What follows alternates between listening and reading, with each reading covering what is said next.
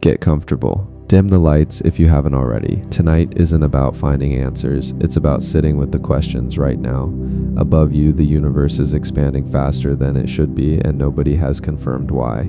Right now, particles of dark matter may be drifting straight through your body, leaving no trace at all. And right now, behind your eyes, a few pounds of tissue are producing the very thought you're having, and no scientist alive can fully explain how. We like to imagine science as a book that's almost finished, with just a few loose threads left to tie off. That isn't the world we actually live in. Even now, with better telescopes, more data, and more computing power than any generation before us, most of the biggest questions humanity has ever asked are still wide open. Over the next few hours, we're going to move slowly through 101 of them, from the smallest particle to the edge of the observable universe, from the first spark of life to the nature of your own mind. There's nothing here to remember and nothing to solve. Just let each question settle in and see how many you make it through before your eyes finally close. Let's start at the edge of everything we can see with something that has never once been seen at all. The biggest mysteries in science. A comprehensive guide to what we still don't know. One, what is dark matter? Scientists have known for almost 100 years that there is something out there in the universe that we cannot see. We can see its effects on the things around it, but we have never actually detected it directly. This mysterious stuff is called dark matter because it does not emit any light. It does not absorb any light. It does not reflect any light. It is completely invisible to our eyes and to our telescopes. The story of dark matter began in the 1930s when a scientist named Fritz Zwicky was studying galaxy clusters.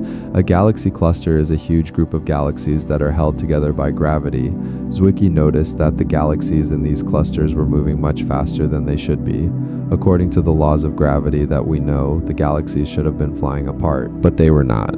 Something was holding them together, something that had a lot of mass but that could not be seen. Zwicky called this missing mass dark matter. At first, most scientists did not take his idea seriously. They thought there must be some mistake in his calculations or his observations. But over the decades, more and more evidence piled up that dark matter really exists. One of the most compelling pieces of evidence comes from the rotation curves of galaxies. When we look at a galaxy like our own Milky Way, we can measure how fast the stars are moving around the center. In our solar system, the planets further from the sun move more slowly than the planets closer to the sun. This is exactly what we would expect from the laws of gravity. But when we look at galaxies, we see something completely different. The stars at the edge of the galaxy are moving just as fast as the stars near the center. This should not happen. If all the mass in the galaxy is the stuff we can see, there must be additional mass that we cannot see spread throughout the galaxy in a big halo around it. Another piece of evidence comes from gravitational lensing. Einstein's theory of general relativity tells us that mass bends space and time. When light from a distant object passes near a massive object, the light gets bent. This is called gravitational lensing. By studying how light from distant galaxies is bent by the mass in between, scientists can map out where the mass is located. These maps show that there is a lot of invisible mass in the universe that is not accounted for by the ordinary matter we can see. The cosmic microwave background is another source of evidence. This is the afterglow of the Big Bang that we can still see today. It is a faint glow of radiation that fills the entire universe. By studying the patterns in this radiation, scientists can learn about the early universe and what it was made of. The patterns show that ordinary matter makes up only about 5% of the universe. Dark matter makes up about 27%. The rest is something else called dark energy. So what is dark matter made of? This is one of the biggest questions in modern physics. Scientists have come up with many ideas, but none of them have been confirmed. One of the leading candidates is a particle called the WIMP. This stands for Weakly Interacting Massive Particles. The name tells you what scientists think these particles are like. They are massive, which means they have mass. They are weakly interacting, which means they almost never interact with ordinary matter. They pass through everything without leaving a trace. This is why we have not detected them directly. They are all around us all the time, but they never bump into the atoms that make up our bodies or our detectors. Scientists have built large underground detectors to try to catch WIMPs. These detectors are placed deep underground to shield them from other particles that might confuse the measurements. The most famous ones are called xenont, LZ, and Pandax. They contain huge tanks of liquid xenon or other materials. The idea is that if a WIMP occasionally bumps into an atom in the tank, it will create a tiny flash of light and a tiny electrical signal. So far, no one has seen a definite WIMP signal. Another candidate is the axion. The axion is a hypothetical particle that was proposed to solve a different problem in physics, but it turns out that axions would also be a good candidate for dark matter. Axions would be extremely light, much lighter than electrons. They would interact even more weakly with ordinary matter than WIMPs. Scientists are searching for axions with experiments called haloscopes. The most famous one is called ADMX. It uses a strong magnetic field to try to convert axions into microwave photons, which can be detected. There is also the possibility that dark matter is not made of particles at all. Some scientists have proposed that dark matter is actually primordial black holes. These would be black holes that formed in the very early universe, shortly after the Big Bang. They would be much smaller than the black holes that form from dying stars. They could be as small as a mountain or as large as a planet. They would not emit any light, so they would be dark. They would also have mass, so they would exert gravity on the things around them. There are many other ideas too. Some scientists think dark matter is self-interacting. This means that dark matter particles might interact with each other, even if they do not interact with ordinary matter. This could explain some features of galaxy formation that are hard to explain with ordinary dark matter. Other scientists think dark matter is warm, which means it moves faster than cold dark matter. There's also the idea of fuzzy dark matter, where the particles are extremely light and have wave-like properties. Some scientists have proposed that we do not need dark matter at all. They think the laws of gravity might be wrong. Maybe gravity works differently on large scales than we think. The most famous alternative theory is called MOND, which stands for Modified Newtonian Dynamics. It was proposed by an Israeli scientist named Mordechai Milgram in the 1980s. MOND modifies the laws of gravity at very low accelerations. It can explain the rotation curves of galaxies without needing dark matter. However, MOND has problems. It cannot explain the observations of galaxy clusters. It cannot explain the cosmic microwave background. It cannot explain the bullet cluster, which is a collision between two galaxy clusters. In the bullet cluster, the visible matter in the clusters collided and slowed down, but the dark matter passed right through. The gravitational lensing shows that most of the mass is not where the visible matter is. This is exactly what we would expect if dark matter exists, but it is very hard to explain with modified gravity. There are more sophisticated alternative theories too. DBES is a relativistic version of MOND. It can explain more observations than MOND alone, but even TEVS has problems with the cosmic microwave background and the bullet cluster. For these reasons, most scientists believe dark matter is real and that it is made of particles we have not discovered yet. The nature of dark matter is one of the most important questions in physics. It is a window into new physics beyond the standard model. Whatever dark matter is, it will teach us something fundamental about the universe and how it works. The search for dark matter continues in laboratories and observatories around the world.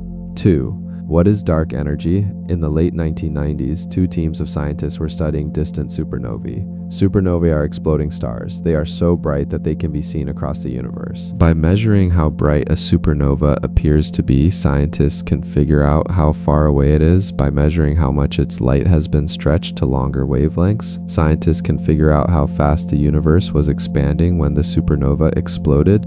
The scientists expected to find that the expansion of the universe was slowing down. This was the standard view at the time. Gravity pulls things together. The universe is full of matter, and that matter exerts gravity. The gravity of all the matter in the universe should be pulling everything back, slowing down the expansion. That started with the Big Bang, but the scientists found something completely unexpected. The expansion of the universe was not slowing down, it was speeding up. The universe is expanding faster today than it was in the past.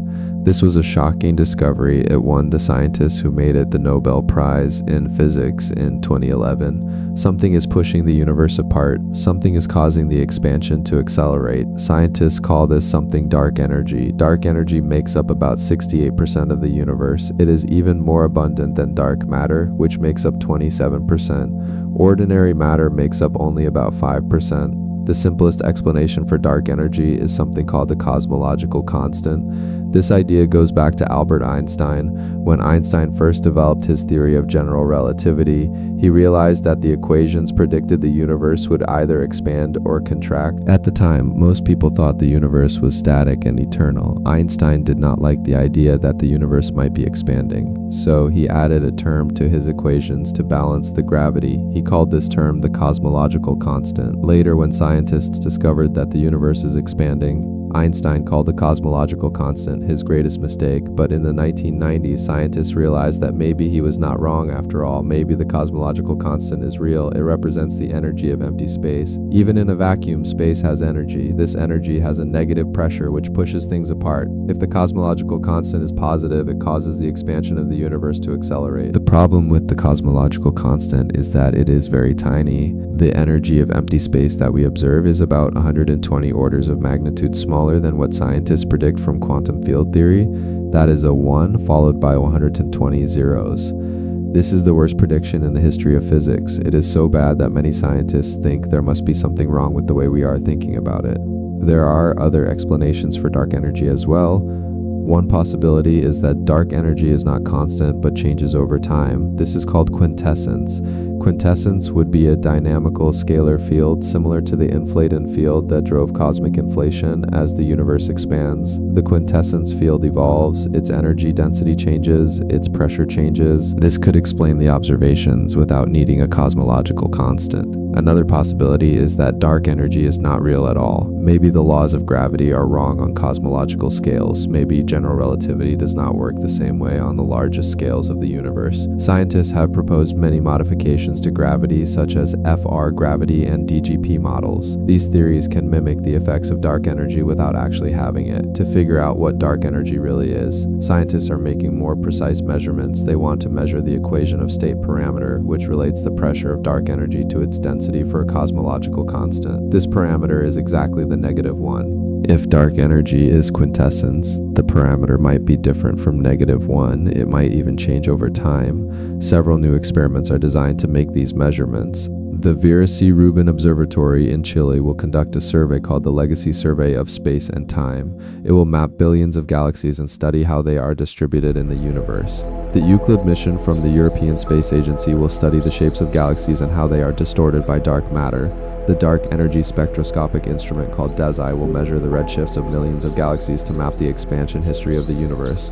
The fate of the universe depends on what dark energy really is. If dark energy is a cosmological constant, the expansion will continue to accelerate forever. The universe will become cold and empty. All the galaxies will eventually move so far apart that we cannot see them anymore.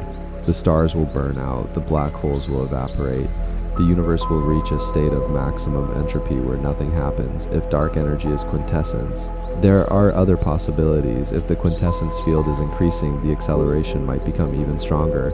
This could lead to a big rip where the expansion becomes so strong that it tears apart galaxies, then stars, then planets, then atoms. If the quintessence field is decreasing, the acceleration might slow down and eventually stop. The universe might even start contracting again. If dark energy is an illusion from modified gravity, the ultimate fate depends on the details of the theory. Some theories predict that the universe will eventually start contracting. Others predict that the expansion will continue forever. Dark energy is one of the most profound mysteries in all of science. It touches on the deepest questions about the nature of space and time. It will determine the ultimate fate of the universe. The search for answers continues. 3. Why do measurements of the universe's expansion disagree? The Hubble constant is a number that tells us how fast the universe is expanding right now.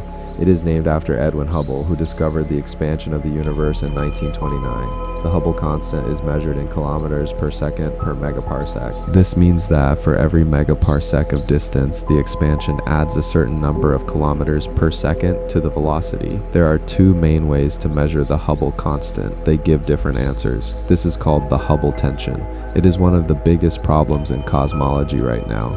The first method uses the cosmic microwave background. This is the afterglow of the Big Bang. It is a faint glow of radiation that fills the entire universe. By studying the patterns in this radiation, scientists can figure out the conditions in the early universe. They can measure the size of the primordial sound waves that were imprinted on the universe when it was very young. They can use these measurements together with the standard model of cosmology called lambda CDM to predict what the Hubble constant should be today. This method gives a value of about 67.4 kilometers per second per megaparsec. The second method uses the distance ladder. This involves measuring distances to objects in the universe in a step-by-step way. First, scientists measure the distances to nearby stars using parallax. This is the apparent shift in position of a star when viewed from different points in Earth's orbit. Then they use these stars to calibrate the brightness of Cepheid variable stars. These are stars that pulse in a regular way. There is a relationship between how long they take to pulse and how bright they really are. Once scientists know how bright a Cepheid is, they can use its apparent brightness to figure out how far away it is. They find Cepheids in nearby galaxies and measure their distances. Then they use those galaxies to calibrate the brightness of type Ia supernovae, which are exploding white dwarf stars. These supernovae are extremely bright and can be seen across the universe. They use the calibrated supernovae to measure the distances to very distant galaxies from these distances, and the redshifts of the galaxies they can measure the Hubble constant. This method gives a value of about 73.0 kilometers per second per megaparsec. The two values differ by about 8%. This might not sound like much, but the uncertainty in each measurement is very small. The tension is over 4 standard deviations. This means there's less than a 1 in 10,000 chance that the difference is due to random error. What could be causing this discrepancy? There are several possibilities. One possibility is that there are systematic errors in the distance ladder. Systematic errors are biases that affect all the measurements in the same way. Maybe the calibration of the Cepheids is off. Maybe there is some problem with the way we measure the parallaxes of nearby stars. Maybe the type Ia supernovae are not as uniform as we think. Maybe there is some dust in the way that we have not accounted for properly. Another possibility is that there are systematic errors in the cosmic microwave background measurements. Maybe the standard cosmological model is not correct. Maybe there is something we do not understand about the physics of the early universe. This could affect the way we interpret the cosmic microwave background data. The most exciting possibility is that the Hubble tension is real and that it points to new physics. Maybe the universe does not behave the way we think it does. Maybe there is something beyond the standard cosmological model that is causing the expansion to be faster in the late universe than in the early universe. There are many ideas for what this new physics could be. One idea is extra-relativistic species. These would be particles that travel close to the speed of light and do not interact much with ordinary matter. They could change the expansion rate in the early universe. Another idea is decaying dark matter. Maybe dark matter is not stable. Maybe it decays into other particles.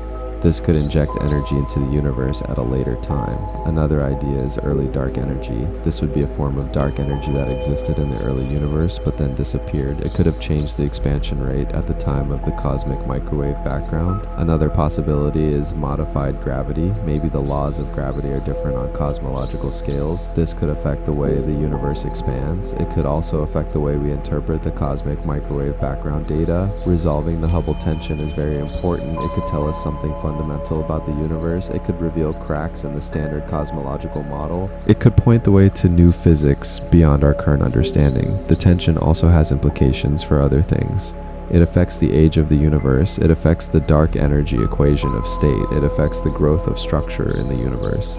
New experiments are designed to help resolve the tension. The James Webb Space Telescope is making more precise measurements of Cepheids and type Ia supernovae. The Vera C. Rubin Observatory will measure billions of galaxies and help improve the distance ladder. The Euclid mission will study the shapes of galaxies and help map the dark matter distribution. The combination of these measurements might finally tell us why the Hubble constant seems to be different depending on how we measure it. 4. What caused cosmic inflation? The Big Bang Theory tells us that the universe started in a hot, dense state about 13.8 billion years ago. It tells us that the universe has been expanding and cooling ever since. But the Big Bang Theory leaves some questions unanswered. Why is the universe so smooth? Why is it so flat? Why are there no magnetic monopoles? These questions are answered by a theory called cosmic inflation. Inflation proposes that in the first fraction of a second after the Big Bang, the universe underwent a period of extremely rapid expansion. The universe expanded by a factor of about 10 to the 26th power in a tiny fraction of a second. This is like expanding a single atom to the size of the entire observable universe. Inflation was proposed by a scientist named Alan Guth in 1980. He was studying particle physics and realized that a certain type of field could cause the universe to expand exponentially. This field is called inflation. It is a hypothetical scalar field that drove the expansion. Inflation solves the horizon problem. The horizon problem is about why the universe is so smooth. The cosmic microwave background is almost the same temperature in all directions. This is surprising because different parts of the universe are so far apart that light could not have traveled between them since the Big Bang. How did they come to the same temperature? Inflation explains this by saying that all the parts of the universe we see today were once in contact with each other before inflation. The rapid expansion stretched these tiny regions to enormous sizes, but they still have the same temperature. Inflation also solves the flatness problem. The universe appears to be spatially flat. It is neither positively curved like a sphere nor negatively curved like a saddle. This is surprising because any curvature would have been magnified by the expansion. Inflation explains this by saying that the rapid expansion stretched the universe so much that any curvature was smoothed out. It is like blowing up a balloon. A small part of the surface of the balloon is almost flat, even though the balloon as a whole is curved. Inflation also explains why there are no magnetic monopoles.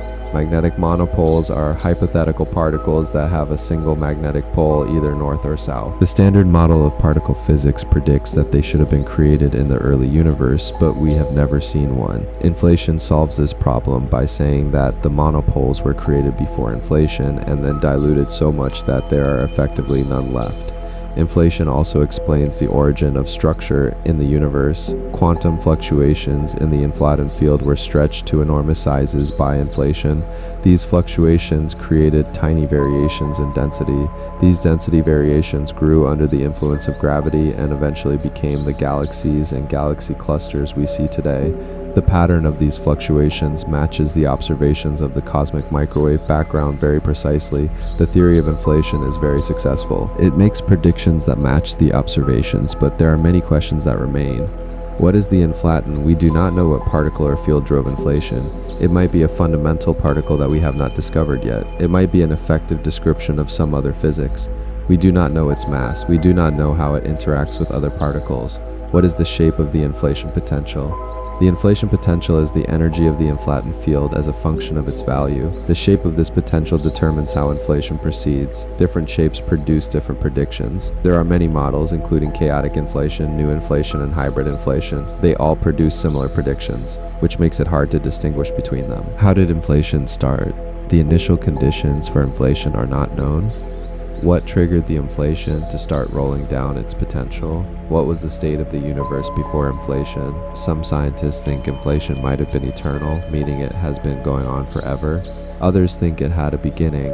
How did inflation end? At the end of inflation, the inflation field decayed into particles. This process is called reheating. It is what filled the universe with the hot, dense matter that gave rise to the Big Bang. But the details of reheating are not well understood. How did the energy of the inflaton get transferred to ordinary matter? What was the temperature of the universe after reheating? Gravitational waves would provide strong evidence for inflation. Inflation would have produced gravitational waves. These would have left an imprint on the cosmic microwave background. It would be a polarization pattern called B modes. Scientists have been searching for B modes for years. So far, they have not been detected. The lack of detection puts constraints on the scale of inflation. It tells us that inflation happened at a lower energy than some models predict. Understanding inflation is very important. It connects particle physics and cosmology. It tells us about the very early universe. It might also tell us about the nature of space and time itself. Some scientists think inflation might be a window into quantum gravity. The energy scales involved in inflation are high enough that quantum gravitational effects might be important. Understanding inflation might be the key to unifying quantum mechanics and general relativity. 5. Why is there more matter than antimatter? The universe contains a lot of matter and very little antimatter. This is a very important fact. If there were equal amounts of matter and antimatter, they would have annihilated each other in the early universe. The universe would be made entirely of radiation. There would be no galaxies. There would be no stars. There would be no planets. There would be no life.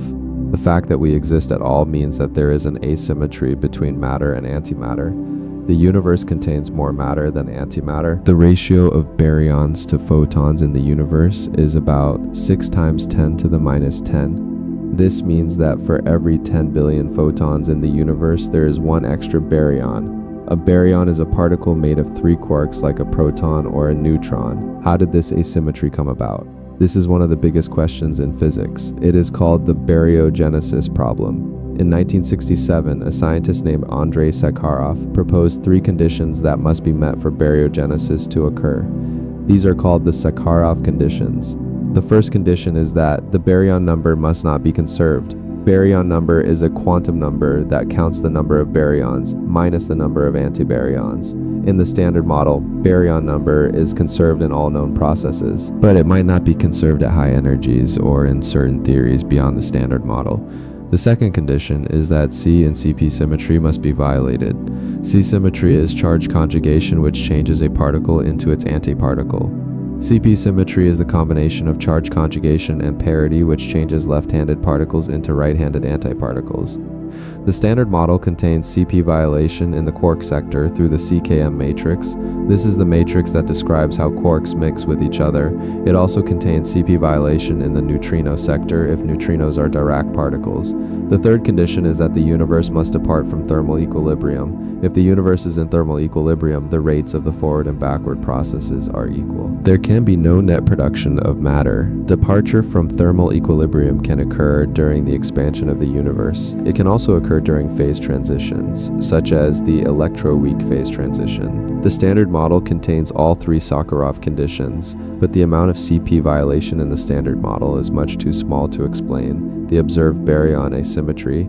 The observed asymmetry is about 10 billion times larger than what the Standard Model can produce. This means that there must be new physics beyond the Standard Model. There must be sources of CP violation that we have not discovered yet. There must be processes that violate baryon number. There must be ways to depart from thermal equilibrium. There are many ideas for what this new physics could be. One idea is leptogenesis. This is a scenario where the asymmetry is first generated in the lepton sector. Leptons are particles like electrons and neutrinos. Then the lepton asymmetry is converted into a baryon asymmetry by Sphelerón processes. Sphelerons are processes that violate baryon number and lepton number. They are predicted by the Standard Model. They occur at high temperatures. Leptogenesis requires new physics in the neutrino sector. It requires that neutrinos are Majorana particles, meaning they are their own antiparticles. It also requires heavy right-handed neutrinos. Another idea is electroweak baryogenesis.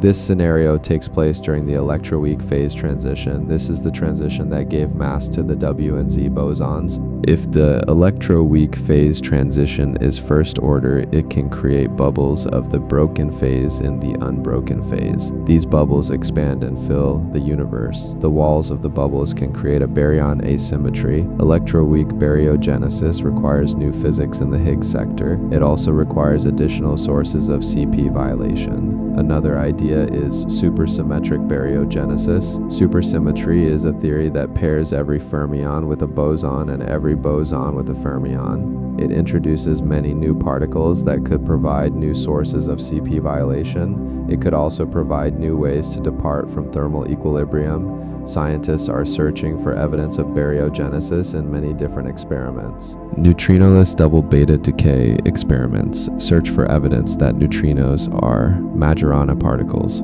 If neutrinos are Majorana, it means lepton number is violated. This would be evidence for leptogenesis. The most sensitive experiments are located deep underground to shield them from background radiation. Electric dipole moment experiments search for evidence of CP violation. An electric dipole moment is a measure of the separation of positive and negative charge in a particle. The Standard Model predicts very small electric dipole moments for particles like the electron and the neutron. If larger electric dipole moments are found, it would be evidence for new sources of CP violation. Collider experiments at the Large Hadron Collider search for new particles that could be involved in baryogenesis. They search for supersymmetric particles. They search for additional Higgs bosons. They search for other exotic particles. The matter-antimatter asymmetry is one of the most profound mysteries in physics. It is intimately connected to the nature of neutrinos. It is connected to the unification of forces. It is connected to the origin of the universe itself. Solving this mystery will tell us something fundamental about the laws of nature. 6. What happened at the Big Bang singularity? The Big Bang theory tells us that the universe started in a hot, dense state about 13.8 billion years ago.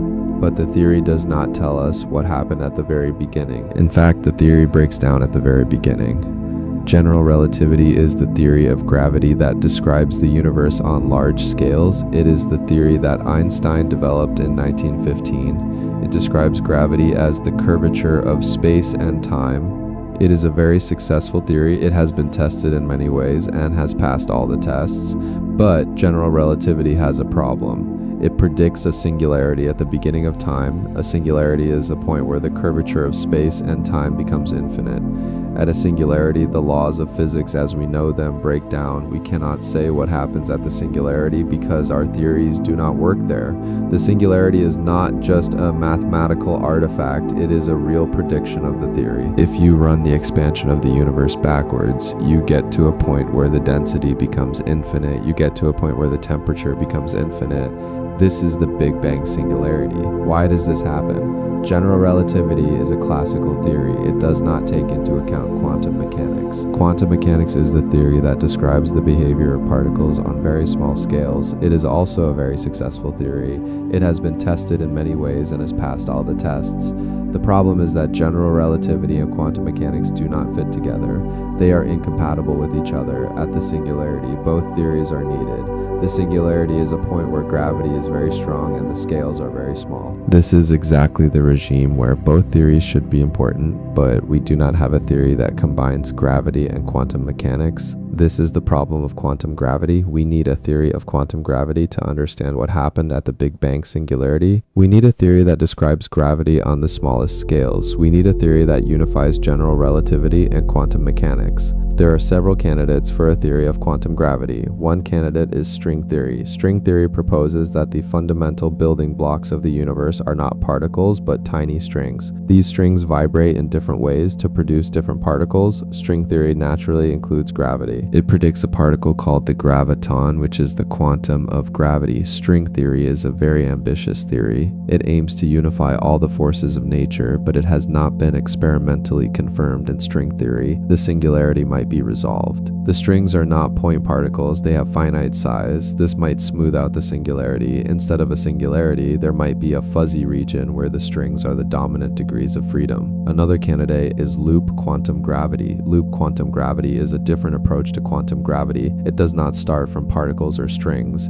It starts from the geometry of space and time. It quantizes space and time directly in loop quantum gravity. Space is made of discrete units. These units are called spin networks. They form a fabric of space. In loop quantum gravity, the Big Bang singularity might be resolved by a bounce. Instead of a singularity, the universe might have contracted to a very small size and then bounced back.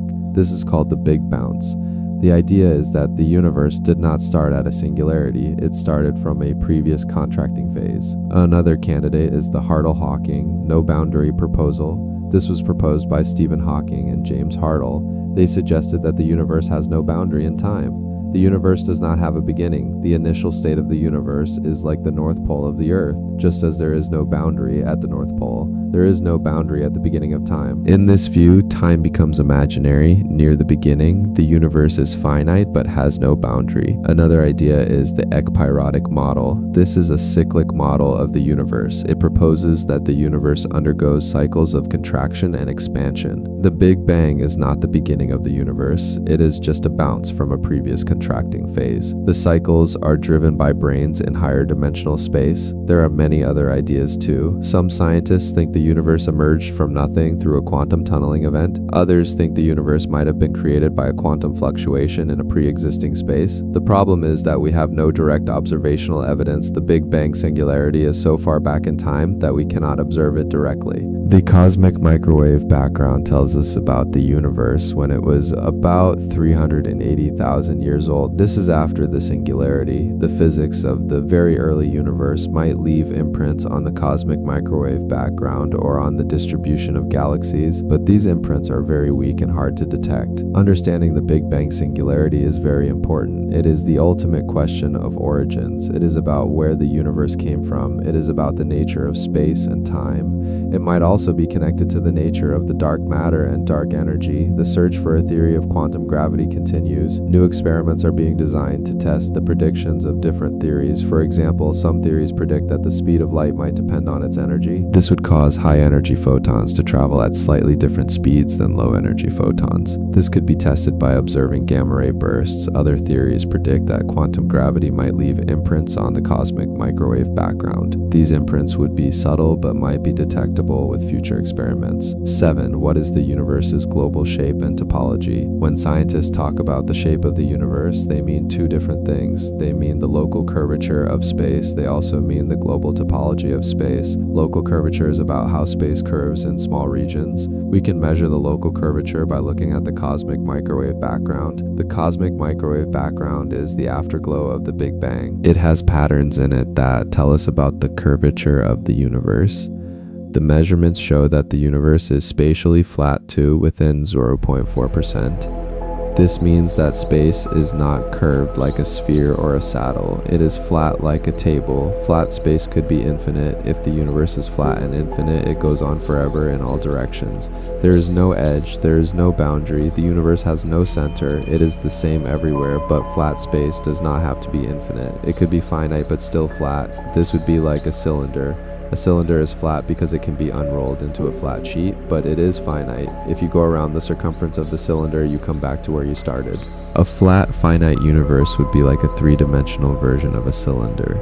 There are many possible topologies for a flat, finite universe. One possibility is a 3-torus. A 3-torus is like a cube with opposite faces identified. If you move to the right, you eventually come back from the left. If you move up, you eventually come back from below. If you move forward, you eventually come back from behind. The universe would be finite but flat. Other possibilities include more complicated topologies. There are many ways to identify faces of a polyhedron. Each one gives a different topology. How can we tell if the universe is finite and has a non-trivial topology? There are several ways. One way is to look for repeating patterns in the cosmic microwave background. If the universe is finite, light might have had time to go all the way around the universe and come back. This would create circles in the cosmic microwave background. The same pattern would appear in opposite directions in the sky. Scientists have searched for these circles. They have not found any. This puts a lower limit on the size of the universe. It tells us that the universe is at least as large as the observable universe.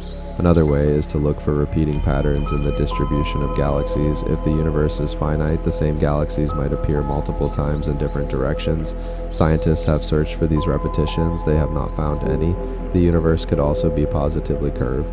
A positively curved universe is like the surface of a sphere. It is finite. If you travel far enough, you come back to where you started. A positively curved universe would be finite, but the cosmic microwave background measurements show that the universe is flat to within 0.4%. This means that if the universe is positively curved, it must be very big. The radius of curvature must be much larger than the observable universe. The universe could also be negatively curved. A negatively curved universe is like the surface of a saddle. It is infinite, but it could also be finite with certain identifications. The topology of the universe is important for several reasons. It affects the evolution of the universe. It affects the way gravity works on large scales. It might affect the formation of structure. It might also tell us something about the nature of space and time.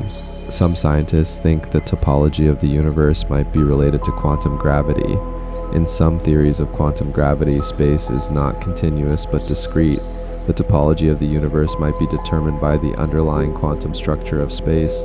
There are also connections to the multiverse. In some theories, the universe is not alone. There are many universes. Each universe might have a different topology. The topology of our universe might just be an accident. Determining the topology of the universe is very difficult. The universe is huge. The observable universe is about 93 billion light years across. If the universe is finite, its size might be much larger than the observable universe. We might not be able to see any signs of the topology. New experiments might help. The cosmic microwave background is being studied with increasing precision. The distributions of galaxies are being mapped with increasing detail. These observations might eventually reveal the topology of the universe. 8. How did the first supermassive black holes grow so quickly? The most distant quasars are extremely bright objects powered by supermassive black holes. They are seen at very high redshifts. This means they existed when the universe was very young. Some of them are seen at redshifts greater than 7. This means they existed only a few hundred million years after the Big Bang. These quasars are powered by black holes with masses exceeding 10 to the 9th power solar masses. This is a billion times the mass of our sun. How could such massive black holes form so quickly after the Big Bang? This is a big puzzle. Black holes form from the collapse of matter. The most direct way to form a black hole is from the collapse of a star, but stars have a maximum mass. The most massive stars are about 100 times the mass of our sun. They collapse to form black holes of about that mass. To get a black hole with a billion solar masses, you would need to grow the black hole by accreting matter when matter falls into the black hole and adds to its mass. The problem is that there's a limit to how fast a black hole can accrete matter. When matter falls into a black hole, it releases energy. This energy heats up the surrounding matter. The radiation pressure pushes the matter away. This limits the accretion rate. The limit is called the Eddington limit. It is the maximum rate at which a black hole can accrete matter while maintaining a balance between gravity and radiation pressure. If a black hole accretes at the Eddington limit, its mass doubles in about 50 million years to grow from 100 solar masses to a billion solar masses. The black hole would need many doubling times. It would take about a billion years. But the quasars were seen when the universe was only a few hundred million years old. This is not enough time. How did the first supermassive black holes grow so quickly? There are several ideas. One idea is that the black holes started from heavy seeds. Instead of starting from the collapse of a single star, the seeds might have been much more massive. There are several ways to form heavy seeds. One way is direct collapse. In the early universe, there were clouds of gas that were not yet enriched with heavy elements. These clouds were very massive. They could have collapsed directly to form black holes with masses of 10 to the 4th or 10 to the 5th power solar masses. This is 10,000 to 100,000 times the mass of our sun. These heavy seeds would have a head start on the growth. Another way is runaway mergers. In dense nuclear star clusters, stars can merge with each other. A very massive star can form from the merger of many smaller stars. This star could then collapse to form a black hole. The black hole would be much more massive than a single star could produce. Another idea is super Eddington accretion. The Eddington limit is not absolute. There are ways to get around it. If the accretion is not spherical, the radiation can escape through the poles while matter falls in through the equator. This allows the black hole to accrete faster. The black hole might have periods of super Eddington accretion that boosts its mass quickly. Another idea is merging. Black holes can merge with each other. If there are many black holes in a dense region, they can merge to form a larger black hole. This could accelerate the growth. Another idea is that the quasars are not as distant as they appear. Maybe there's something affecting their light that makes them look more distant than they really are, but the evidence is strong that they are truly distant. Observations with the James Webb Space Telescope are providing new insights. The James Webb Space Telescope is designed to see the most distant galaxies. It is finding an abundant population of faint active galactic nuclei in early galaxies. These are small black holes that are actively accreting matter. They might be the precursors to the supermassive black holes seen later. The James Webb Space Telescope is also finding massive black holes in early galaxies. These are black holes that are already very massive when the universe is very young. This is challenging the models. Understanding the growth of supermassive black holes is important for many reasons. It tells us about the formation of galaxies. It tells us about the evolution of the early universe. It tells us about the physics of accretion. It also tells us about the nature of black holes themselves. The feedback processes are also important. When a black hole accretes matter, it releases energy. This energy can heat up the surrounding gas. It can drive outflows. These processes regulate the growth of the black hole. They also affect the growth of the galaxy. Understanding these feedback processes is crucial. Magnetic fields might also play a role. Magnetic fields can transport angular momentum. This allows matter to fall into the black hole more efficiently. The role of magnetic fields in the early universe is not well understood. Dark matter halos might also be important. The gas that forms the black hole is inside a dark matter halo. The dark matter halo provides the gravitational potential that attracts the gas. The properties of the dark matter halo affect the growth of the black hole. 9. What happens to information in an evaporating black hole? Black holes are regions of space where gravity is so strong that nothing can escape. Not even light can escape. This is why they are called black holes. In 1974, Stephen Hawking made a discovery that changed our understanding of black holes. He showed that black holes are not completely black. They emit radiation. This is called Hawking radiation. It is a quantum effect. Near the event horizon of a black hole, particle-antiparticle pairs are created. One particle falls into the black hole, the other particle escapes to infinity. The escaping particle carries away energy. The black hole loses mass. Eventually, the black hole evaporates completely. The problem is that Hawking radiation is thermal. It is random. It does not contain any information about the matter that fell into the black hole. If a book falls into a black hole, the black hole emits radiation, but the radiation does not tell you what was in the book. The information about the book seems to be destroyed. This is a problem for quantum mechanics. Quantum mechanics says that information is never destroyed. It says that the evolution of a quantum system is unitary. This means that if you know the state of the system at one time, you can predict the state at any other time. The process is reversible. If information is destroyed in a black hole, then quantum mechanics is wrong. This is the black hole information paradox. It was discovered by Hawking in 1976. It has been one of the biggest puzzles in physics ever since. There are several ways to resolve the paradox. One possibility is that the information is not destroyed. Maybe it is encoded in the Hawking radiation. The radiation might be thermal, but there could be subtle correlations in the radiation that carry the information. These correlations would be very small. They would be hard to detect, but they would allow the information to escape. Another possibility is that the information is stored in the black hole itself. Maybe the black hole does not evaporate completely. Maybe there's a remnant left over. The remnant would contain all the information.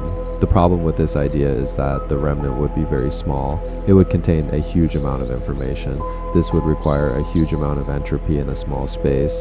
This might be possible, but it is not clear how. Another possibility is that the information is not destroyed because the black hole never forms. This is the idea of the firewall. A firewall is a high-energy wall of particles at the event horizon. The firewall would destroy anything that falls in. There would be no interior. The information would never be lost. This idea is controversial because it violates the equivalence principle. The equivalence principle says that a freely falling observer should not feel any effects of gravity. Another possibility is that the information is stored in the correlations between the Hawking radiation and the interior of the black hole. This is related to the idea of black hole complementarity. Black hole complementarity says that no observer can see both the inside and the outside of a black hole.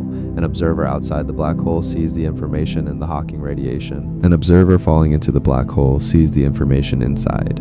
The two observations are complementary. Another possibility is that the information escapes through the final stages of evaporation. In the last moments of a black hole's life, quantum gravity effects become important. These effects might allow the information to escape. This is the idea of the Page curve. The Page curve describes how the entropy of the Hawking radiation changes over time. It was derived by Don Page in 1993. The Page curve shows that the entropy of the radiation increases at first, then decreases. This is because the information is being transferred from the black hole to the radiation. Recently, there has been progress in understanding the Page curve using the ADS-CFT correspondence. The ADS-CFT correspondence is a duality between a theory of gravity in a higher dimensional space and a quantum field theory on the boundary of that space. It is a powerful tool for studying quantum gravity. Using the ADS-CFT correspondence, scientists have been able to calculate the Page curve for black holes in anti-de Sitter space. They used a technique called the replica wormhole. The replica wormhole is a saddle point in the path integral. It allows the calculation of the entropy of the radiation. The results show that the Page curve is correct. The information is transferred from the black hole to the radiation, but the calculation is subclassical. It does not provide a complete microscopic description. We still do not know exactly how the information escapes. We do not know the mechanism. Understanding the black hole information paradox is very important. It is a window into quantum gravity. It tells us about the nature of space and time. It tells us about the fundamental nature of information. 10. What is inside a black hole? When scientists talk about the inside of a black hole, they are talking about the region inside the event horizon. The event horizon is the boundary around the black hole. Nothing can escape from inside the event horizon. Not even light can escape. General relativity predicts that inside the event horizon there is a singularity. A singularity is a point where the curvature of space and time becomes infinite. All the mass of the black hole is concentrated at the singularity. The singularity is surrounded surrounded by a region of extreme gravity, but the singularity is a problem. It is a breakdown of general relativity. At the singularity, the laws of physics as we know them break down. We cannot say what happens at the singularity because our theories do not work there. Quantum effects are expected to be important near the singularity. The singularity is a point where gravity is very strong and the scales are very small. This is exactly the regime where quantum gravity is important, but we do not have a complete theory of quantum gravity, so we do not know what really happens inside a black hole. There are many ideas about what might be inside a black hole. One idea is that the singularity is replaced by a Planck density core. Instead of a singularity, the matter inside the black hole might reach a maximum density at the Planck scale. At this density, quantum effects become important. The matter might form a stable configuration. This would be like a fuzzball. Another idea is that the singularity is replaced by a bounce. The matter inside the black hole might collapse to a small size and then bounce back. This would create a white hole. A white hole is the time reverse of a black hole. Instead of swallowing matter, a white hole expels matter. The bounce might be caused by quantum effects. Another idea is that there is no interior at all. The firewall hypothesis proposes that there is a high-energy wall of particles at the event horizon. The firewall would destroy anything that falls in. There would be no interior. This idea is controversial. It violates the equivalence principle. The equivalence principle says that a freely falling observer should not feel any effects of gravity, but it is one way to resolve the information paradox. Another idea is the fuzzball proposal from string theory. In string theory, black holes are not empty regions of space with a singularity at the center. They are bound states of strings and branes. These strings and branes fill the entire horizon volume. There is no interior, there is no singularity. The black hole is like a giant ball of strings. This is called a fuzzball. Another idea is that the black hole might contain a wormhole. A wormhole is a connection between two different regions of space and time. The inside of the black hole might connect to another universe. This is the idea of the Einstein-Rosen bridge. The Einstein-Rosen bridge is a solution to the equations of general relativity. It connects two different regions of space. Another idea is that the black hole might be a portal to another dimension. In theories with extra dimensions, the black hole might connect to the extra dimensions. The problem is that we cannot observe the inside of a black hole. Nothing can escape from inside the event horizon, so we cannot send a probe inside. We cannot receive any signals from inside. The only way to learn about the inside is through theory. There are some indirect ways to probe the inside. The properties of the Hawking radiation might tell us something. The gravitational waves produced by merging black holes might carry information about the interior. Understanding the inside of a black hole is very important. It is a test of quantum gravity. It tells us about the nature of space and time. It tells us about the fundamental laws of physics. 11. Where are all the technologically advanced extraterrestrials? The universe is very big. It contains billions of galaxies. Each galaxy contains billions of stars. Many of these stars have planets. Many of these planets might be habitable. Given the vastness of the universe, it seems likely that life should have arisen on other planets. It seems likely that some of this life might have evolved into technologically advanced civilizations. But we have no evidence of any technologically advanced extraterrestrial civilizations. This is the Fermi paradox. The Fermi paradox was formulated by Enrico Fermi in 1950. He asked a simple question: where are they? If there are so many civilizations, why have we not seen any evidence of them? There are many possible solutions to the Fermi paradox. One solution is that we are alone. Maybe life is very rare. Maybe it has only arisen once in the entire universe.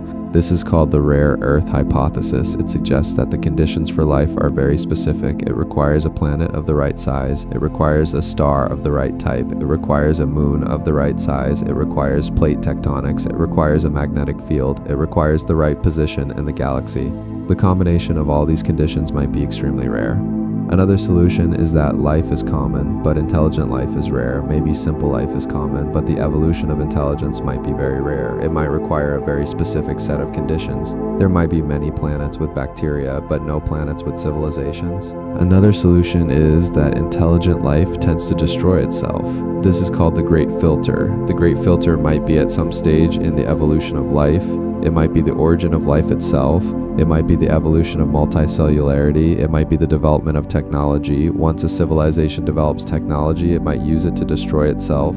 This could happen through nuclear war, it could happen through environmental destruction, it could happen through biological weapons, it could happen through artificial intelligence. Another solution is that interstellar travel is too difficult. The distances between stars are huge. Traveling to other stars might require too much energy. It might take too much time. Advanced civilizations might choose not to travel. They might stay at home.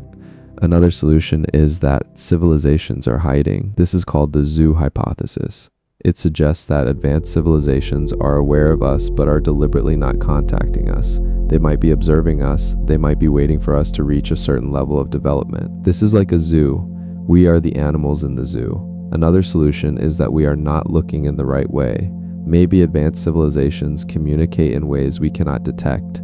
They might use neutrinos, they might use gravitational waves, they might use some other form of communication. We might not be looking for the right signals. Another solution is that civilizations are rare because they are short-lived. The lifetime of a civilization might be very short. The civilization might develop technology and then disappear. The time between these civilizations might be very long. The search for extraterrestrial intelligence is called SETI. SETI searches for signals from other civilizations. The most common searches are for radio signals. Radio waves are easy to produce. They travel at the speed of light. They are easy to detect. SETI has been searching for decades. It has not found any definitive signals. There have been some interesting candidates, but none have been confirmed. New searches are expanding the search. They are looking for laser pulses. They are looking for infrared signals. They are looking for Dyson spheres. A Dyson sphere is a hypothetical structure that surrounds a star. It captures all the energy of the star. It would emit infrared radiation. Recent discussions about UAPs have renewed interest in the search. UAPs are unidentified aerial phenomena. They are sometimes called UFOs. Some people think UAPs might be extraterrestrial spacecraft. The US government has released reports on UAPs. The reports do not conclusively identify them as extraterrestrial, but they have not ruled it out either. The Fermi paradox is one of the most profound questions in science. It touches on the nature of life. It touches on the nature of intelligence. It touches on the nature of the universe. The answer to the Fermi paradox might tell us something fundamental about our place in the universe. 12. How common is life beyond Earth? We do not know if there is any life beyond Earth. We have not found any. We have not found any evidence of life on Mars. We have not found any evidence of life on Europa. We have not found any evidence of life on Enceladus. We have not found any evidence of life on Titan. The search for life beyond Earth is one of the most exciting areas of science. There are many places in our solar system that might harbor life. Mars is the most obvious target. Mars is a rocky planet. It is about half the size of Earth. It has a thin atmosphere. It has polar ice caps. There's evidence that Mars once had liquid water on its surface. The Perseverance rover is currently exploring Jezero crater. This is an ancient lake bed. The rover is collecting samples. These samples will be returned to Earth in the future. They might contain fossilized biosignatures. Biosignatures are signs of life. They might be chemical signatures. They might be morphological signatures. Europa is the moon of Jupiter. It is covered in ice. There is evidence of a subsurface ocean. The ocean might be liquid water. It might be heated by tidal forces. The ocean might contain life. The Europa Clipper mission will study Europa. It will characterize the habitability of the ocean. Enceladus is a moon of Saturn. It is also covered in ice. It has geysers that spew water into space. The water contains organic compounds. There's evidence of hydrothermal activity. Enceladus might have a subsurface ocean. The JUICE mission will study the moons of Jupiter. It might also provide information about Enceladus. Titan is the moon of Saturn. It has a thick atmosphere. It has lakes of liquid methane and ethane. Titan is very cold, but it might have a subsurface ocean of liquid water. The Dragonfly mission will explore Titan. It will study the chemistry of Titan. Exoplanets are planets outside our solar system. Many exoplanets have been discovered. Some of them are in the habitable zone. The habitable zone is the region around a star where liquid water can exist. Some of these planets might have atmospheres. The James Webb Space Telescope is studying the atmospheres of exoplanets. It is looking for biosignatures. Biosignatures might include oxygen, methane, and water vapor, but there are problems. Abiotic processes can mimic biosignatures. For example, oxygen can be produced by photolysis of water. Methane can be produced by volcanic activity. Water vapor is abundant in the universe, so detecting these molecules does not prove life. There is also the possibility of a shadow biosphere on Earth. A shadow biosphere is a form of life that is different from all known life. It might use different biochemistry, it might use different solvents, it might have a different genetic code. We might not have detected it because we are not looking for it. The question of how common life is remains open. We have only one sample of life, that is life on Earth. We do not know if life is common or rare. We do not know if it is a fluke or a necessary outcome of chemistry. The search for life beyond Earth is a priority for many space agencies. New missions are being planned. New telescopes are being built. The search will continue. 13. What produces fast radio bursts?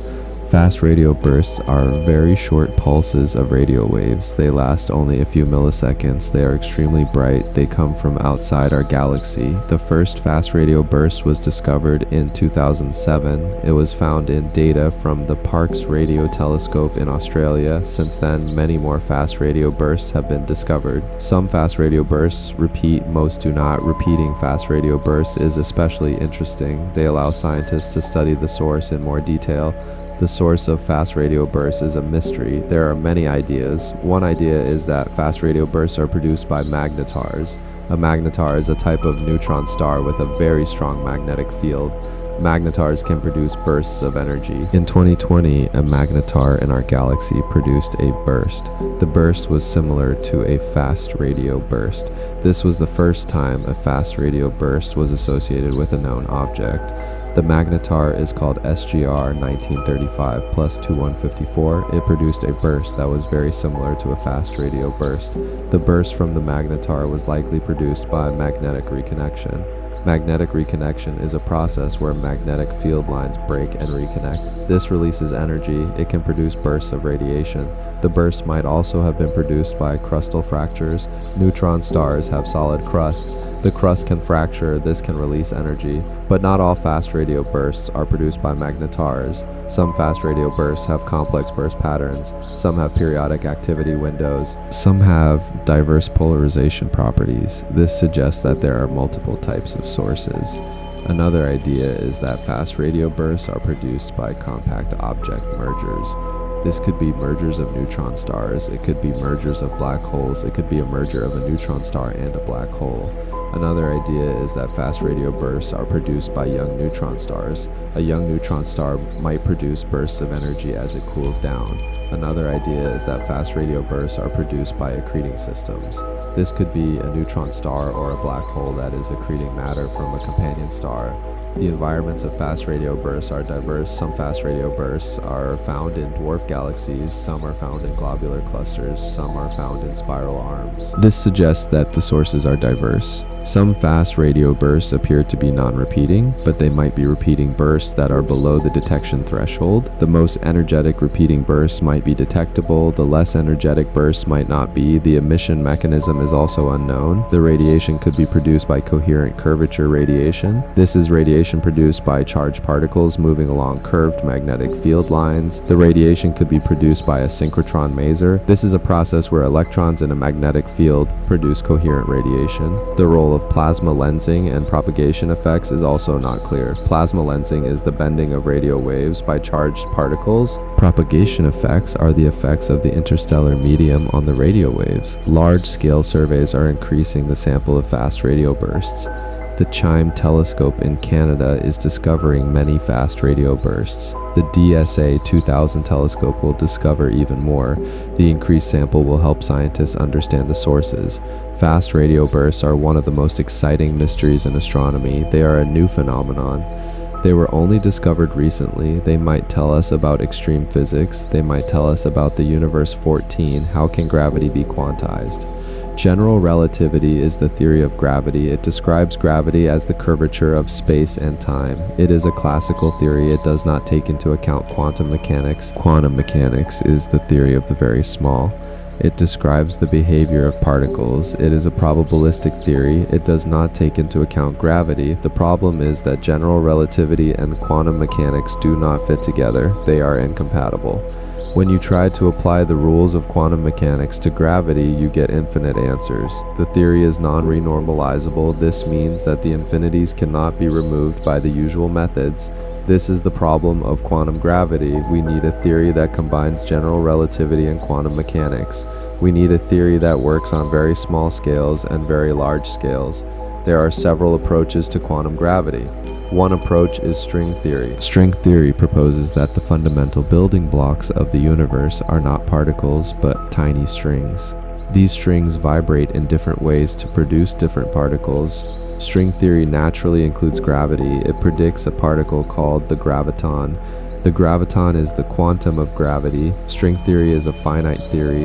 It does not have the infinities that plague other attempts to quantize gravity. String theory is a very ambitious theory. It aims to unify all the forces of nature. It includes electromagnetism. It includes the weak nuclear force. It includes the strong nuclear force. It includes gravity. It is a theory of everything, but string theory has not been experimentally confirmed. It makes predictions that are very hard to test. The energy scales involved are very high. They are far beyond the reach of current experiments. Another approach is loop quantum gravity. Loop quantum gravity is a different approach to quantum gravity. It does not start from particles or strings. It starts from the geometry of space and time. It quantizes space and time directly. In loop quantum gravity, space is made of discrete units. These units are called spin networks. They form a fabric of space. Loop quantum gravity is also a finite theory. It does not have the infinities that plague other attempts to quantize gravity. It makes predictions that might be testable. It predicts that space is discrete. It predicts that there is a minimum length scale. This is the Planck length. Another approach is asymptotic safety.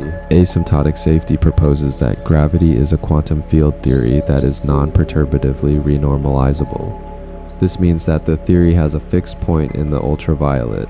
The fixed point makes the theory well defined. This approach is based on the idea that gravity is a valid quantum field theory. There are other approaches as well. There is causal dynamical triangulation. There is causal set theory. There is a twister theory. There are many ideas. The problem is that quantum gravity effects are very weak. They are only observable at energies near the Planck scale. The Planck scale is about 10 to the 19th power GeV. This is far beyond the reach of current experiments.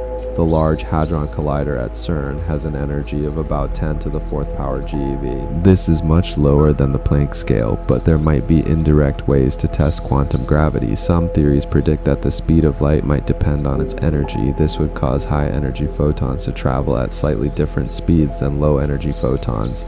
This could be tested by observing gamma-ray bursts. Some theories predict that quantum gravity might leave imprints on the cosmic microwave background.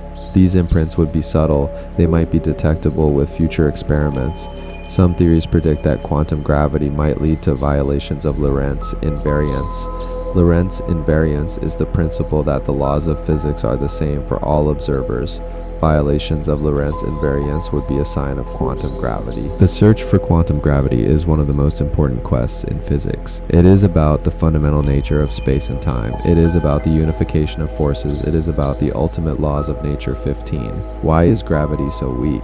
Gravity is the weakest of the four fundamental forces. The other fundamental forces are electromagnetism, the strong nuclear force, and the weak nuclear force. The strength of gravity compared to the other forces is staggering. The gravitational attraction between two protons is about 10 to the minus 36 times the electromagnetic repulsion. This is a huge difference. It is like comparing the weight of a single electron to the weight of the entire Earth. The hierarchy problem is the question of why gravity is so weak. It is also the question of why the electroweak scale is so much smaller than the Planck scale. The electroweak scale is about 100 GeV. The Planck scale is about 10 to the 19th power GeV. The ratio is about 10 to minus 17. There is no explanation for this hierarchy in the Standard Model. The Standard Model is the theory of particle physics. It describes the electromagnetic force. It describes the weak nuclear force. It describes the strong nuclear force. It does not describe gravity. It also does not explain why the electroweak scale is so much smaller than the Planck scale. There are several ideas for explaining the hierarchy. One idea is extra dimensions. In the ADD model, there are extra spatial dimensions. The extra dimensions are large. They could be as large as a millimeter. Gravity propagates into the extra dimensions. The other forces are confined to our three-dimensional brain. This dilutes gravity. The gravitational force we feel is weaker because it is spread out over more dimensions. In this scenario, the true fundamental Planck scale could be near the electroweak scale. Another idea is warped extra dimensions. In the Randall-Sundrum model, there is one extra dimension. The extra dimension is warped. This means that the geometry of the extra dimension is curved. The warping creates a hierarchy. It generates the large ratio between the Planck scale and the electroweak scale. The warping is exponential. It can produce a huge ratio from a small extra dimension. Another idea is supersymmetry.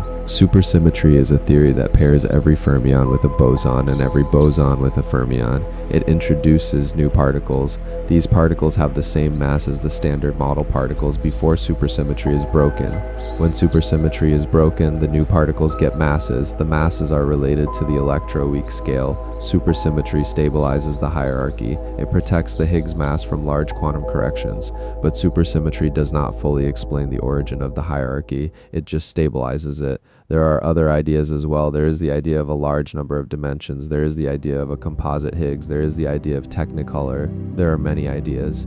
The search for evidence of extra dimensions is ongoing. Experiments at the Large Hadron Collider search for missing energy. This could be evidence of particles escaping into extra dimensions. Experiments at submillimeter scales test the inverse square law of gravity. If there are extra dimensions, gravity might deviate from the inverse square law at small distances. The hierarchy problem is one of the biggest questions in physics. It is about the nature of space and time. It is about the unification of forces. It is about the fundamental laws of nature. 16. Why does the Higgs mass stay so small?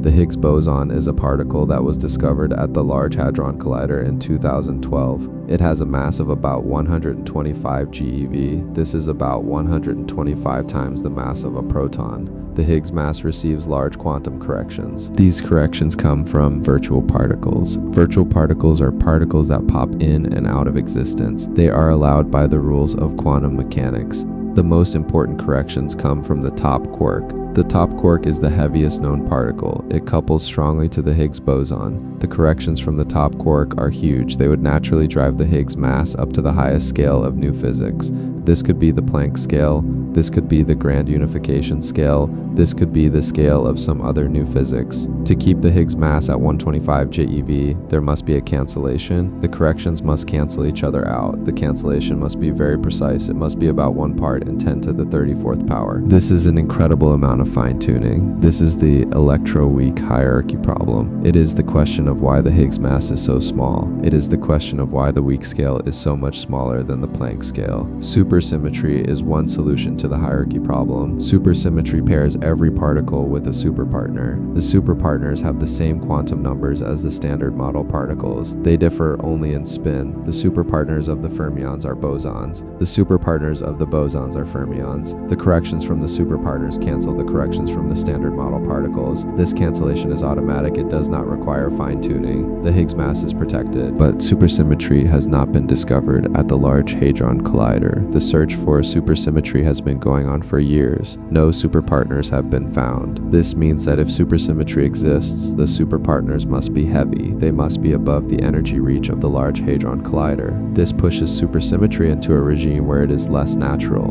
The cancellation requires more fine-tuning. Composite Higgs models are another solution. In composite Higgs models, the Higgs boson is not a fundamental particle. It is a composite particle. It is made of other particles. It is a pseudo-Nambu Goldstone boson of a new strong interaction. The Higgs mass is naturally small because it is protected by a symmetry. There are other solutions as well. There is the idea of extra dimensions. There is the idea of relaxation dynamics. There is the idea of anthropic selection. The anthropic idea says that the weak scale is what it is because otherwise we would not be here. If the scale were different, the universe might not support life. This is an anthropic explanation. The hierarchy problem is one of the biggest questions in particle physics. It is about the nature of the Higgs boson. It is about the nature of new physics. It is about the fundamental laws of nature. 17. Why is the cosmological constant so tiny? The cosmological constant is the energy of empty space. It is a term in Einstein's equations of general relativity. It represents the energy of the vacuum. In quantum field theory, the vacuum is not empty. It is full of quantum fluctuations. These fluctuations contribute to the energy of the vacuum. The contributions come from every mode of the quantum field. They are infinite, but they can be regulated. If you take a natural cutoff at the Planck scale, you get an estimate for the vacuum energy that is about 10 to the 120th power times larger than the observed dark energy density. This is a huge discrepancy. It is like comparing the weight of a single grain of sand to the weight of the entire universe. This is the cosmological constant problem. It is the question of why the cosmological constant is so small. It is the question of why the dark energy density is so tiny. Supersymmetry cancels the contributions from bosons and fermions. The contributions from bosons are positive. The contributions from fermions are negative. They cancel each other. If supersymmetry were exact, the vacuum energy would be zero, but supersymmetry is broken. It is broken at the electroweak scale. This gives a contribution to the vacuum energy. This contribution is still too large. It is about 10 to the 60th power times larger than the observed dark energy density. This is better than 10 to the 120th power, but it is still much too large. There must be some other mechanism that cancels the vacuum energy. There must be some adjustment mechanism. It must yield the tiny positive value that is observed. There are many ideas. One idea is that there is a scalar field that self-tunes. The scalar field adjusts its value to cancel the vacuum energy. This is a dynamical mechanism. This scalar field evolves to a state where the vacuum energy is zero. This is called the self-tuning mechanism. Another idea is that the cosmological constant is relaxed over cosmic history. The cosmological constant starts out large. It is relaxed to a small value by a dynamical process. This could be related to the expansion of the universe. This is called the relaxation mechanism. Another idea is anthropic selection. In the string theory landscape, there are many vacua. Each vacuum has a different value of the cosmological constant. Most of these vacua have large values of the cosmological constant. They are not suitable for life. Only vacua with small values of the cosmological constant are suitable. We live in one of these vacua. This is the anthropic explanation. The anthropic explanation is controversial. It relies on the multiverse. It relies on the idea that there are many universes. It relies on the idea that we live in a special universe. This is not a traditional physics explanation. It is not based on a dynamical principle. The cosmological constant problem is one of the biggest questions in physics. It is about the nature of dark energy. It is about the nature of the vacuum. It is about the fundamental laws of nature. 18. Why are there 3 generations of matter particles? The Standard Model has 3 generations of matter particles. Each generation is a copy of the same quantum numbers. They differ only in mass. The first generation is the lightest. It consists of the up quark, the down quark, the electron, and the electron neutrino. These particles make up ordinary matter. The second generation is heavier. It consists of the charm quark, the strange quark, the muon, and the muon neutrino. These particles are not found in ordinary matter. They are produced in high energy collisions. The third generation is the heaviest. It consists of the top quark, the bottom quark, the tau lepton, and the tau neutrino. The top quark is the heaviest known particle. The Standard Model does not explain why there are 3 generations. It does not explain why the generations have different masses. It does not explain the pattern of masses and mixings. The masses and mixings are encoded in the Yukawa couplings. The Yukawa couplings are parameters of the Standard Model. They are not predicted by the theory. They are measured experimentally. They have a hierarchical and peculiar pattern. The masses range from the electron mass of about 0.5 MeV to the top quark mass of about 173 GeV. This is a range of about 10 to the 5th power. There are several ideas for why there are 3 generations. One idea is that the number of generations is related to anomaly cancellation. Anomalies are inconsistencies in a quantum field theory. They must be cancelled for the theory to be consistent. The Standard Model requires the sum of the charges of the particles to be 0. This condition leads to a constraint on the number of generations. It does not fix the number of generations. It just requires that the number of generations be an integer. The observed number of generations is 3. Another idea is that the number of generations is related to the structure of the universe. In some theories, the number of generations is related to the number of dimensions. In string theory, the number of generations is related to the geometry of the extra dimensions. The compactification of the extra dimensions might yield 3 generations. Another idea is that there might be a 4th generation. But the data from the Large Hadron Collider rule out a 4th generation. The Higgs boson mass and the precision electroweak data are inconsistent with a 4th generation. Another idea is that there are more generations, but they are hidden. They might be very heavy. They might be beyond the reach of current experiments. Understanding the number of generations is important. It is related to the flavor problem. It is related to CP violation. It is related to the origin of mass. It is one of the big questions in Particle Physics 19. What gives neutrinos mass? Neutrinos are the lightest known particles. They are electrically neutral. They interact very weakly with matter. They pass through everything without leaving a trace. In the original Standard Model, neutrinos were massless. They were assumed to be massless particles. There was no way to give them mass. But neutrino oscillation experiments have shown that neutrinos have mass. Neutrino oscillations are the conversion of one type of neutrino into another. The three types of neutrinos are the electron neutrino, the muon neutrino, and the tau neutrino. Neutrino oscillations require that neutrinos have mass. They also require that the masses are different. The nature of the neutrino mass is unknown. There are two possibilities. One possibility is that neutrinos are Dirac fermions. Dirac fermions have distinct antiparticles. The neutrino and the antineutrino are different particles. This requires the existence of right-handed neutrinos. Right-handed neutrinos are particles that interact only through gravity. They are sterile. They do not participate in the weak interaction. They have not been observed. Another possibility is that neutrinos are Majorana particles. Majorana particles are their own antiparticles. The neutrino and the antineutrino are the same particle. This requires lepton number violation. Lepton number is a quantum number that counts the number of leptons minus the number of antileptons. If neutrinos are Majorana particles, lepton number is violated. The seesaw mechanism is the most popular explanation for the smallness of neutrino masses. The seesaw mechanism introduces very heavy right-handed neutrinos. The mass of the light neutrinos is suppressed by the ratio of the electroweak scale to the heavy scale. The heavy scale could be the grand unification scale. The light neutrinos are tiny because the heavy particles are heavy. There are other ideas as well. There is radiated mass generation. This is where the neutrino mass is generated at loop level. There is R parity violating supersymmetry. There are extra dimensions with bulk neutrinos. There are many ideas. Neutrinoless double beta decay is the primary experimental test of the Majorana nature of neutrinos. Neutrinoless double beta decay is a process where two neutrons decay into two protons and two electrons. No antineutrinos are emitted. This process violates lepton number. It would prove that neutrinos are Majorana particles. Several experiments are searching for neutrinoless double beta decay. The most sensitive experiments use large detectors of enriched germanium or xenon precision cosmology also constrains the neutrino mass. The cosmic microwave background and the distribution of galaxies are affected by the neutrino mass. The sum of the neutrino masses is constrained to be less than about 0.12 to 45 eV, depending on the data combination. Direct kinematic measurements also constrain the neutrino mass. The Catron experiment measures the endpoint of the tritium beta decay spectrum. It sets an upper limit on the mass of the electron neutrino.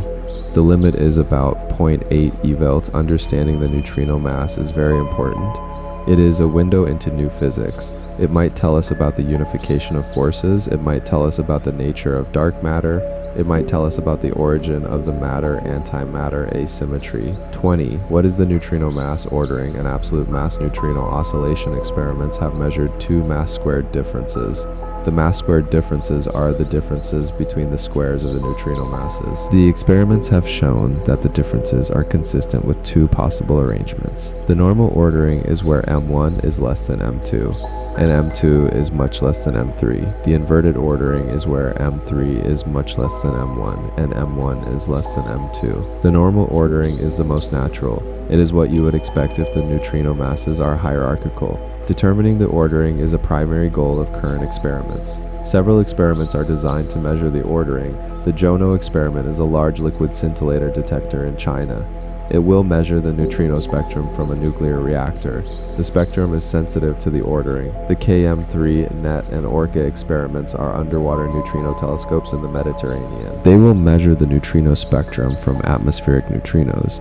The matter effects on the Earth are sensitive to the ordering. The Dune experiment is a long baseline neutrino experiment in the United States. It will send a neutrino beam from Fermilab to the Sanford Underground Research Facility. The matter effects on the Earth are sensitive to the ordering. The absolute neutrino mass scale is the value of the lightest neutrino mass. This is not measured by oscillation experiments, only measure the mass square differences. They do not measure the overall mass scale. The absolute mass scale is constrained by several experiments. The Ka-Thierry experiment measures the endpoint of the tritium beta decay spectrum. The endpoint is affected by the neutrino mass. Catron sets an upper limit on the mass of the electron neutrino.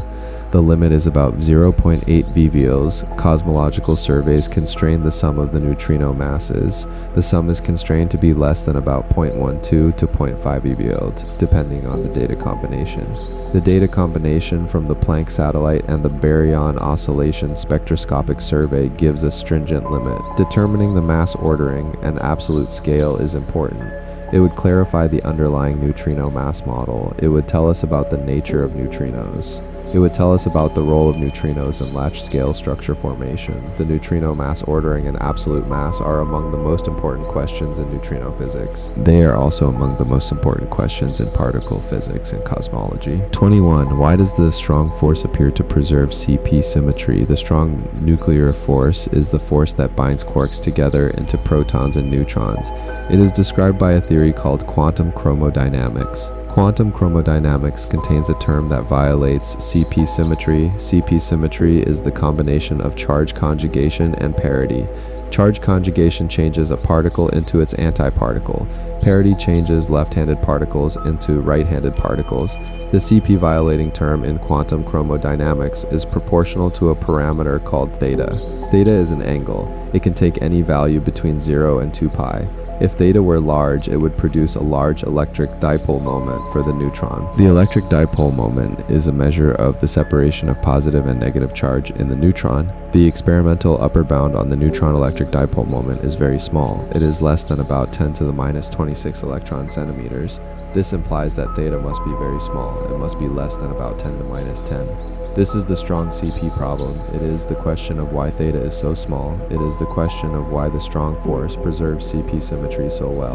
The most compelling solution is the Pache-Quinn mechanism. The Pache-Quinn mechanism promotes theta to a dynamical field. The field is called the axion. The axion is a scalar particle. It relaxes to 0 in the early universe. It dynamically cancels the CP violating term. The axion is a very light particle. It interacts very weakly with matter. Actions are also a well-motivated, cold, dark matter candidate. They would be produced in the early universe.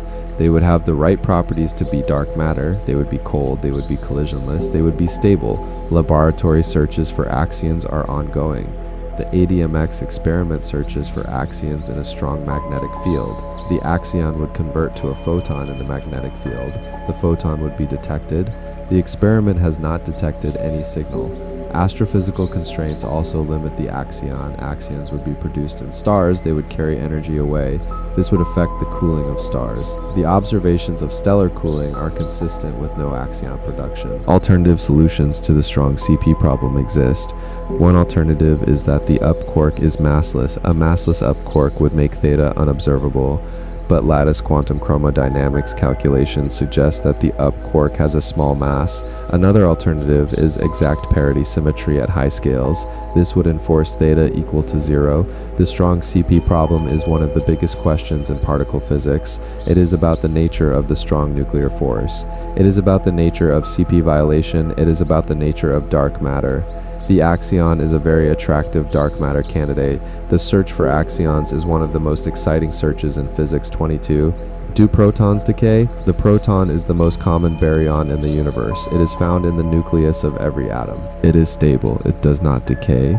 But in many grand unified theories, the proton is not stable. It can decay via higher dimensional operators. These operators are mediated by very heavy gauge bosons. The predicted lifetimes are on the order of 10 to the 31st to 10 to the 36th years. This is much longer than the age of the universe. The decay modes of the proton are predicted to be specific. The most common mode is p to e plus pi 0. Another mode is up to anti-neutrino plus k plus large underground detectors. Search for proton decay. The Super Kamiokande experiment in Japan is the most sensitive. It is a large water Cherenkov detector. It contains 50,000 tons of water. It is located deep underground. The detector has been searching for proton decay for many years. It has set lower limits on the proton lifetime. The limits are over 10 to the 34th years for certain decay modes. The lack of proton decay rules out the simplest grand unified theories. The simplest SU5 grand unified theory is ruled out, but supersymmetric grand unified theories are still viable. They predict longer lifetimes. Proton decay would be a direct manifestation of physics at the unification scale. It would be a sign of grand unification. It would tell us about the connections between the forces. It would tell us about the nature of matter future. Megaton scale detectors will further push the sensitivity. The Hyper Kamiokande experiment in Japan will be a larger version of Super Kamiokande. It will contain about 260,000 tons of water. It will be much more sensitive. It will be able to search for proton decay with greater sensitivity.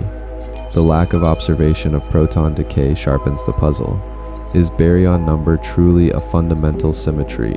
Is it an accidental symmetry? The answer to this question will tell us something fundamental about the laws of nature. 23. What is the true nature of the quantum measurement process? Quantum mechanics is a very successful theory. It has been tested in many ways. It has passed all the tests, but it has a problem. It does not tell us what happens when a measurement is made. Quantum mechanics provides an algorithm for computing probabilities. The probabilities are computed using the Born rule. The Born rule says that the probability of a measurement outcome is the square of the amplitude. The amplitude is a complex number. It contains information about the quantum state. The problem is that quantum mechanics does not specify how a single definite outcome arises from a superposition. A superposition is a combination of different states. When a measurement is made, the superposition collapses to a single state. The collapse is not described by the equations of quantum mechanics. It is an additional rule. This is the measurement problem. It is the question of what happens during a measurement. It is the question of how the quantum world becomes the classical world. There are many interpretations of quantum mechanics. Each interpretation offers a different account of the measurement process. The Copenhagen interpretation is the oldest interpretation. It was developed by Niels Bohr and others. It treats the measurement as an irreversible collapse. The collapse is induced by a classical apparatus. The boundary between quantum and classical is vague. The Copenhagen interpretation does not provide a precise definition of a measurement. The many worlds interpretation is another interpretation. It was developed by Hugh Everett in 1957. It posits that all possible outcomes occur. The outcomes occur in branching universes. The universes are non-communicating. There is no collapse. Everything is described by the Schrödinger equation. Objective collapse models are another interpretation. They modify the Schrödinger equation. They add a term that induces spontaneous localization. The localization makes definite outcomes inevitable. The localization occurs randomly. The most famous objective collapse models are the GRW model and the CSL model. These models make predictions that can be tested. Cubism is another interpretation. It treats the wave function as a subjective belief state. The wave function represents the knowledge of the observer. The probabilities are subjective. The collapse is a change in the observer's beliefs. Decoherence explains the rapid loss of interference. It does not select a unique outcome. Decoherence is a process where the quantum system becomes entangled with the environment. The entanglement destroys the interference, but decoherence does not solve the measurement problem. It does not explain why we see a single outcome. Ongoing tests are constraining the objective collapse models. These tests use matter wave interferometry and optomechanical systems. They look for the effects of spontaneous localization. They have not found any evidence. The measurement problem is one of the biggest questions in physics. It is about the nature of quantum mechanics. It is about the nature of reality. It is about the relationship between the observer and the observed 24. Why is time asymmetric?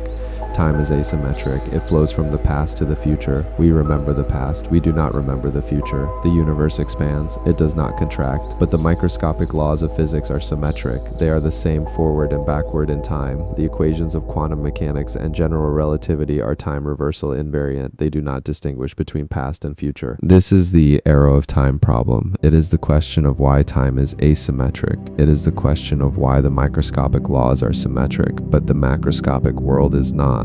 The thermodynamic arrow of time is the most familiar arrow. It is the arrow of increasing entropy. Entropy is a measure of disorder. The second law of thermodynamics says that entropy always increases. This gives a direction to time. The thermodynamic arrow is explained by statistical mechanics. Statistical mechanics says that entropy is a measure of the number of microscopic configurations. The number of configurations increases with entropy. The universe started in a low entropy state. This was the Big Bang. The initial state had very low gravitational entropy. The second law drives the evolution toward higher entropy. This is the thermodynamic arrow, but why did the universe start in a low entropy state?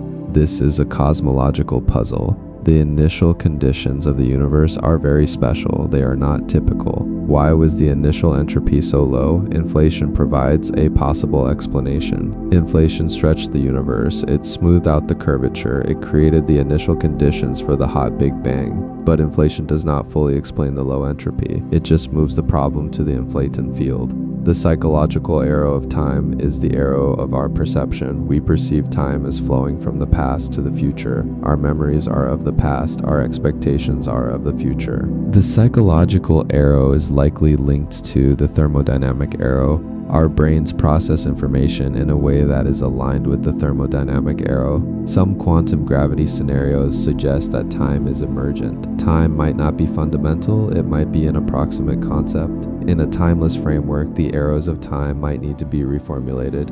Understanding the arrow of time is very important. It is about the nature of time. It is about the nature of the universe. It is about the nature of our experience. 25. What causes high temperature superconductivity? Superconductivity is a phenomenon where a material conducts electricity with zero resistance. It occurs at very low temperatures.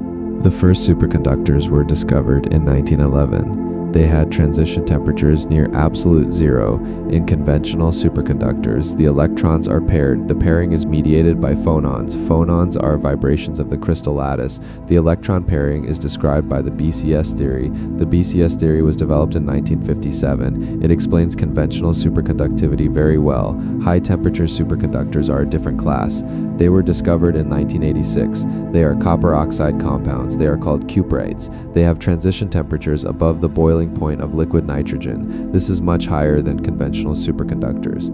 The mechanism of high-temperature superconductivity is unknown. It is one of the biggest questions in condensed matter physics. The electron pairing in cuprates is not mediated by phonons. The pairing is mediated by another mechanism. The leading candidate is spin fluctuations. Spin fluctuations are fluctuations in the magnetic order. The cuprates are antiferromagnetic. They have strong magnetic correlations. The spin fluctuations might mediate the pairing. The phase diagram of the cuprates is complex. It has many phases. It has a pseudo-gap phase. The pseudo-gap is a gap in the electronic spectrum. It occurs above the superconducting transition temperature.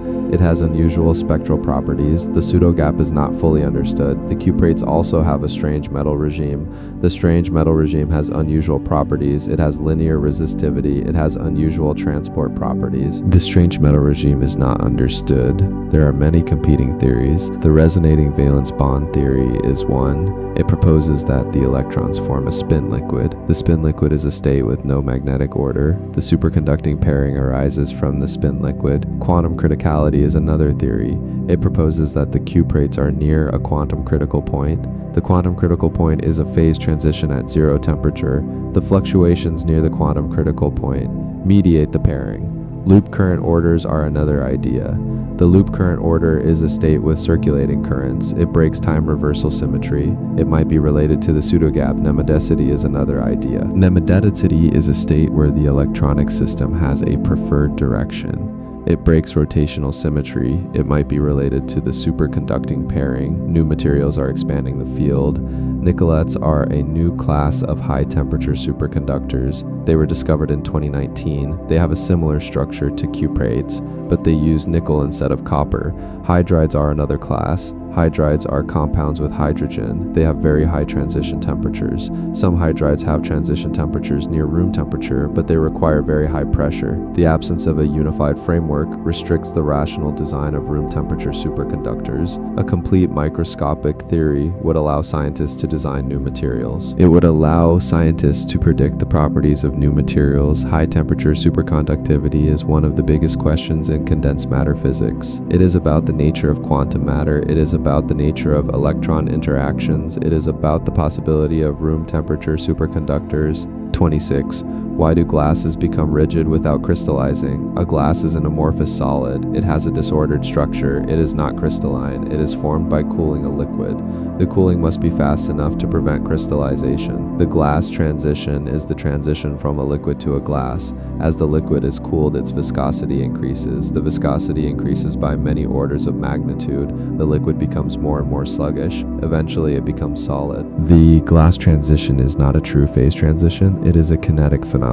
It depends on the cooling rate. The glass transition temperature depends on the cooling rate. The molecular origin of the glass transition is a major unsolved problem. There is no consensus on the underlying mechanism. As temperature decreases, the relaxation times grow dramatically. The relaxation times seem to diverge at the Vogel-Fulcher-Tammand temperature. The VFT temperature is a temperature below the glass transition temperature. The divergence might be a sign of a dynamic singularity, but the singularity is avoided because the system becomes a glass. There is no consensus on whether there is an underlying thermodynamic phase transition. Some theories propose that there is a true ideal glass transition. The ideal glass transition would be a phase transition at a finite temperature. The transition would be to a state with a unique ground state. Other theories propose that the glass transition is purely kinetic. There is no thermodynamic transition. The system becomes a glass because the relaxation times become too long. There are many theories of the glass transition. The dynamic facilitation theory proposes that the dynamics are driven by local rearrangements. The rearrangements are facilitated by other rearrangements. The dynamics are cooperative. The cooperativity grows as the temperature decreases. The random first-order transition theory proposes that the glass transition is a phase transition. The transition is between a liquid and a glass. The liquid is a supercooled liquid. The glass is a disordered solid. The transition is random. First-order geometric frustration is another theory. It proposes that the glass transition is driven by frustration, occurs when the local order is incompatible with the global order. The frustration prevents crystallization. The system becomes a glass. The extreme slowdown of dynamics is a central puzzle. The dynamics become very heterogeneous. Some regions relax faster than others. The dynamic heterogeneity is a key feature of glasses. The Kaufman entropy crisis is another puzzle. The entropy of the supercooled liquid decreases. It seems to approach the entropy of the crystal. The extrapolated temperature is called the Kaufman temperature. The Kaufman temperature is below the glass transition temperature. The entropy crisis suggests that there is a thermodynamic transition. Understanding the glass transition is important for many reasons. Glasses are used in many applications. They are used in windows, bottles, and optical fibers. They are used in advanced materials. Understanding the glass transition is also important for fundamental physics. It is about the nature of disorder. It is about the nature of phase transitions. 27. Why does liquid water have so many anomalies? Water is a very unusual liquid. It has many anomalies. These anomalies are not shared by other liquids. Water has a density maximum at 4 degrees Celsius. This means that water is densest at 4 degrees Celsius. It becomes less dense as it cools further. This is why ice floats. Water has negative thermal expansion below 4 degrees Celsius. This means that water contracts as it warms up. Most liquids expand as they warm up. Water does the opposite. Water has a high specific heat. It takes a lot of energy to raise the temperature of water. This is why water is used as a coolant. Water has a compressibility that decreases on heating at low temperatures. This means that water becomes easier to compress as it cools. Most liquids become harder to compress as they cool. Water has enhanced fluctuations in the supercooled regime. Supercooled water is water that is below the freezing point but is still a liquid. The fluctuations are very large. They suggest that water is near a critical point.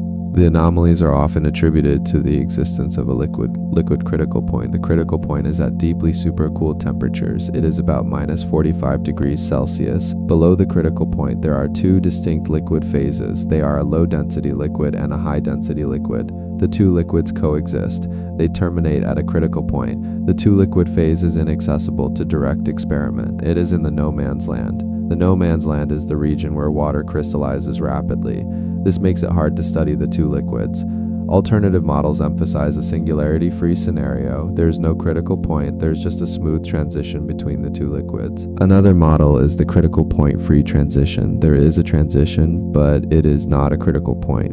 Advanced X-ray scattering is probing the structural fluctuations. The scattering measures the structure of water. It can detect the two liquids. The experiments are very difficult. They require very high precision. Simulations are also used. They can model the behavior of water. They can predict the existence of the two liquids, but the simulations are not definitive. Nano-confined water is also studied. Water in small pores does not crystallize. It can be studied at low temperatures. The experiments might detect the two liquids. The molecular level hydrogen bonding network is at the heart of the puzzle. The hydrogen bonds are the key to water's anomalies. The hydrogen bonds are directional. They form a network. The network is very flexible. Understanding water is important for many reasons. Water is essential for life. It is the most abundant liquid on Earth. It is used in many industrial processes. Understanding water is also important for fundamental physics. It is about the nature of hydrogen bonding. It is about the nature of phase transitions. 28. How does turbulence work from first principles? Turbulence is a chaotic flow of fluid. It is characterized by eddies. The eddies are of many different sizes. The energy cascades from large eddies to small eddies. The energy is dissipated at small scales by viscosity. The Navier-Stokes equations describe the flow of a fluid. They are exact equations. They are known. They are the equations of fluid dynamics. The problem is that the Navier-Stokes equations are very difficult to solve. They are nonlinear. They are chaotic. They have many degrees of freedom. There is no fundamental analytical theory that predicts the statistical properties of turbulence. The Kolmogorov energy spectrum is an empirical law. It is not derived from first principles. The intermittency corrections are also empirical. The Millennium Prize problem is a related problem. It is the problem of proving global regularity for the three-dimensional Navier-Stokes equations. The problem is to prove that smooth initial conditions do not develop singularities in finite time. The problem is unsolved. In developed turbulence, coherent structures are important. Coherent structures are organized patterns. They are vortices. They are sheets. They interact with each other. They are not described by simple scaling laws. Vortex stretching is also important. Vortex stretching is the stretching of vortices by the flow. It amplifies the vorticity. It is a key mechanism in turbulence. Anomalous dissipation is another puzzle. The dissipation of energy in turbulence is independent of viscosity. It is anomalous. The viscosity becomes irrelevant at high Reynolds numbers. The direct numerical simulation resolves some scales. It can simulate the Navier-Stokes equations, but it cannot reach high Reynolds numbers. The computational cost is too high. Phenomenological models like multifractal scaling describe the intermittency. The intermittency is the non-uniform distribution of energy dissipation. The multifractal models are successful. They describe the statistics, but they are not derived from first principles. Renormalization group methods are also used. They are used to study the scaling behavior. They are used to study the fixed points. The renormalization group is a powerful tool, but it has not solved the turbulence problem. Large eddy simulation closures are also used. They are used to model the unresolved scales. The closures are approximations. They are not exact connections. To conformal field theory are also being explored. Conformal field theory is a field theory with scale invariance. It might describe the turbulence at small scales. The full closure problem persists. We do not have a complete theory of turbulence. We do not understand how turbulence works from first principles. Turbulence is one of the biggest questions in physics. It is about the nature of fluid flow. It is about the nature of chaos. It is about the nature of nonlinear dynamics. It is important for many applications. It is important for weather prediction. It is important for aerodynamics. It is important for astrophysics. 29. How did life begin? The origin of life is one of the biggest questions in science. It is the question of how life arose from non-living chemistry. The transition from non-living chemistry to life is not understood. The process is not known. The steps are not known. Plausible prebiotic syntheses have been demonstrated for many building blocks. Amino acids, nucleobases, sugars, and lipids can be formed under prebiotic conditions. The Miller-Urey experiment demonstrated the formation of amino acids. The experiment simulated the early Earth atmosphere. It produced amino acids, but assembling these building blocks into functional biopolymers is a formidable challenge. The prebiotic synthesis of RNA is difficult. The prebiotic synthesis of proteins is difficult. The prebiotic synthesis of lipids is difficult. There are many ideas about the environment where life began. Hydrothermal vents are a popular idea. Hydrothermal vents are underwater volcanoes. They spew hot water and minerals. They provide a source of energy. They provide a source of chemicals. They might have been the site of the origin of life. Warm little ponds are another idea. Charles Darwin proposed this idea. Warm little ponds are shallow pools of water. They are heated by the sun. They are heated by volcanic activity. They might concentrate chemicals. They might have been the site of the origin of life. Alkaline hydrothermal mounds are another idea. They are similar to hydrothermal vents. They have an alkaline pH. They have a porous structure. They might have been the site of the origin of life. The RNA world hypothesis is a popular idea. It proposes that self-replicating ribozymes preceded DNA and proteins. Ribozymes are RNA molecules that catalyze reactions. They can replicate themselves. The RNA world is a plausible scenario, but the prebiotic synthesis of sufficiently long RNA molecules is difficult. The prebiotic replication of RNA without enzymes is difficult. The RNA world is not fully demonstrated. Competing ideas involve metabolic networks on mineral surfaces. Metabolism first theories propose that metabolism came first. The metabolic networks were on mineral surfaces. They provided the energy and building blocks. The genetics came later. Lipid compartments are another idea. Lipid vesicles can self-assemble, they can grow, they can divide, they can provide a concentration environment. They might have been the first step. The lack of a continuous, experimentally verified pathway is a major problem. There's no complete pathway from simple molecules to a Darwinian protocell. The early Earth rock record is degraded. It does not provide much evidence. The origin of life is one of the deepest questions in science. It is about the nature of life. It is about the nature of chemistry. It is about the nature of the universe. 30. Which came first? Metabolism, replication, or compartments? The question of which came first is a central question in abiogenesis. There are three main scenarios. The replication first model is the RNA world. This model argues that an informational polymer is essential. The polymer must be capable of catalyzing its own replication. Metabolism emerges later. The RNA world is the most popular replication first model. The metabolism first model proposes that metabolism came first. The metabolic networks provided the energy and building blocks. The genetics came later. The iron-sulfur world is a metabolism first model. It proposes that metabolic cycles on mineral surfaces were the first step. The reductive citric acid cycle is a key cycle. The compartment first model proposes that compartments came first. Lipid vesicles can self-assemble, they can grow, they can divide. They provide a concentration environment. They might have encapsulated simple metabolic or genetic systems later. Hybrid frameworks suggest a coevolution of these components. The components might have evolved together. None of them came first. They all evolved together. The lack of a clear prebiotic pathway is a major problem. There is no clear pathway to an RNA replicase. The robustness of non-enzymatic metabolic networks is not fully demonstrated. The formation of stable protocells is also a problem. Deciding which component arose first requires integrating geochemistry, systems chemistry, and experimental evolution. It is a multidisciplinary problem. It requires input from many fields. The question of which came first is one of the deepest questions in biology. It is about the nature of life. It is about the origin of life. It is about the fundamental principles of biology. 31. How did biology choose one-handedness? Biological polymers are homochiral. This means that they are made of one-handedness of molecules. Proteins use almost exclusively L-amino acids. Nucleic acids use D-sugars. This is a remarkable fact. It is a property of all life on Earth. It is a fundamental property of biology. The origin of this homochirality is a mystery.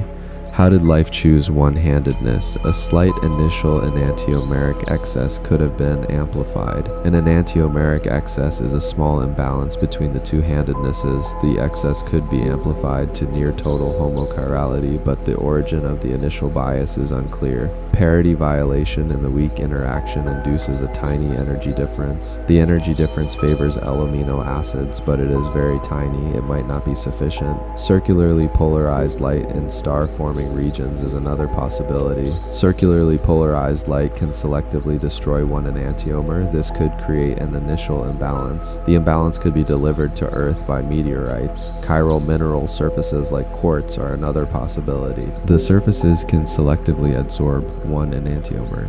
This could create an initial imbalance. Asymmetric autocatalysis is another possibility. The SOI reaction is an example of asymmetric autocatalysis. The reaction produces a product that catalyzes its own formation. It amplifies a small initial imbalance. Once a small imbalance exists, autocatalytic feedback can amplify it. Physical processes like crystallization or polymerization can also amplify it. Meteoritic analyses show excesses of alloisomers for certain amino acids. This suggests an extraterrestrial delivery of chiral bias. The excesses are small, but they are significant. Determining the dominant mechanism is an open problem. It is at the interface of physics, chemistry, and biology. It is a fundamental question about the nature of life. 32. How did the genetic code originate? The genetic code is the mapping from nucleotide triplets to amino acids.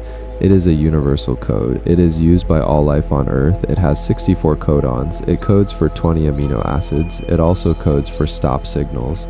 The genetic code is one of the most conserved features of life. It hints at a common origin. All life on Earth shares the same genetic code.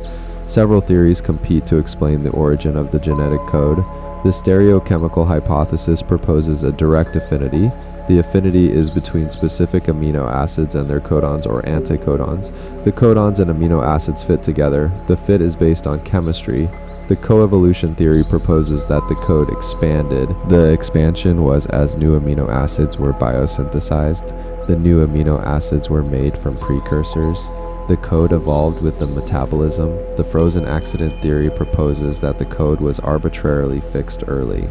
The code became essentially immobile. The immobility was due to catastrophic effects of mutations. Any change to the code would be lethal. Modern approaches suggest an interplay of all three. The code evolved through a combination of stereochemistry, coevolution, and frozen accidents. Error minimization is a selective pressure. The code is robust to mutations. The robustness might have been selected for. The code minimizes the effects of mutations. Experiments in engineering alternative genetic codes are ongoing. Scientists are creating new codes. They are testing the flexibility of the code. Evolving orthogonal translation systems is another approach. Orthogonal translation systems are systems that use a different genetic code. They can be evolved to use new amino acids. The precise series of events that led to the modern code is unknown. The incorporation of non-canonical amino acids is not understood. The expansion to today's set is not understood. The origin of the genetic code is one of the deepest questions in biology. It is about the nature of life. It is about the nature of information. It is about the origin of life. 33. How did the first eukaryotic cell arise? Eukaryotic cells are the cells of plants, animals, and fungi. They have a nucleus. They have an endomembrane system. They have a cytoskeleton. They have mitochondria. The origin of eukaryotic cells is a major evolutionary transition. It is called eukaryogenesis. The endosymbiotic origin of mitochondria is well supported. Mitochondria descended from an alpha proteobacterial ancestor. The ancestor was a free-living bacterium. It was engulfed by a host cell. It became an organelle, but the nature of the host is debated. The host might have been an archaeon. The archaeon might have been an eocyte-like organism. The host might have phagocytosed the bacterium. The timing of mitochondrial acquisition is also debated. The mitochondria might have been acquired early. They might have been acquired late. The order of key innovations is also debated. The nucleus might have arisen before the mitochondria. The nucleus might have arisen after the mitochondria. The origin of the nucleus is also debated. The nucleus might have arisen by invagination of the plasma membrane. The plasma membrane might have folded inward. This formed the nuclear envelope. The emergence of spliceosomes and introns is also debated. Spliceosomes are complexes that remove introns from RNA. Introns are non-coding regions of genes. They are common in eukaryotes. They are rare in bacteria. The evolution of mitosis and meiosis is also debated.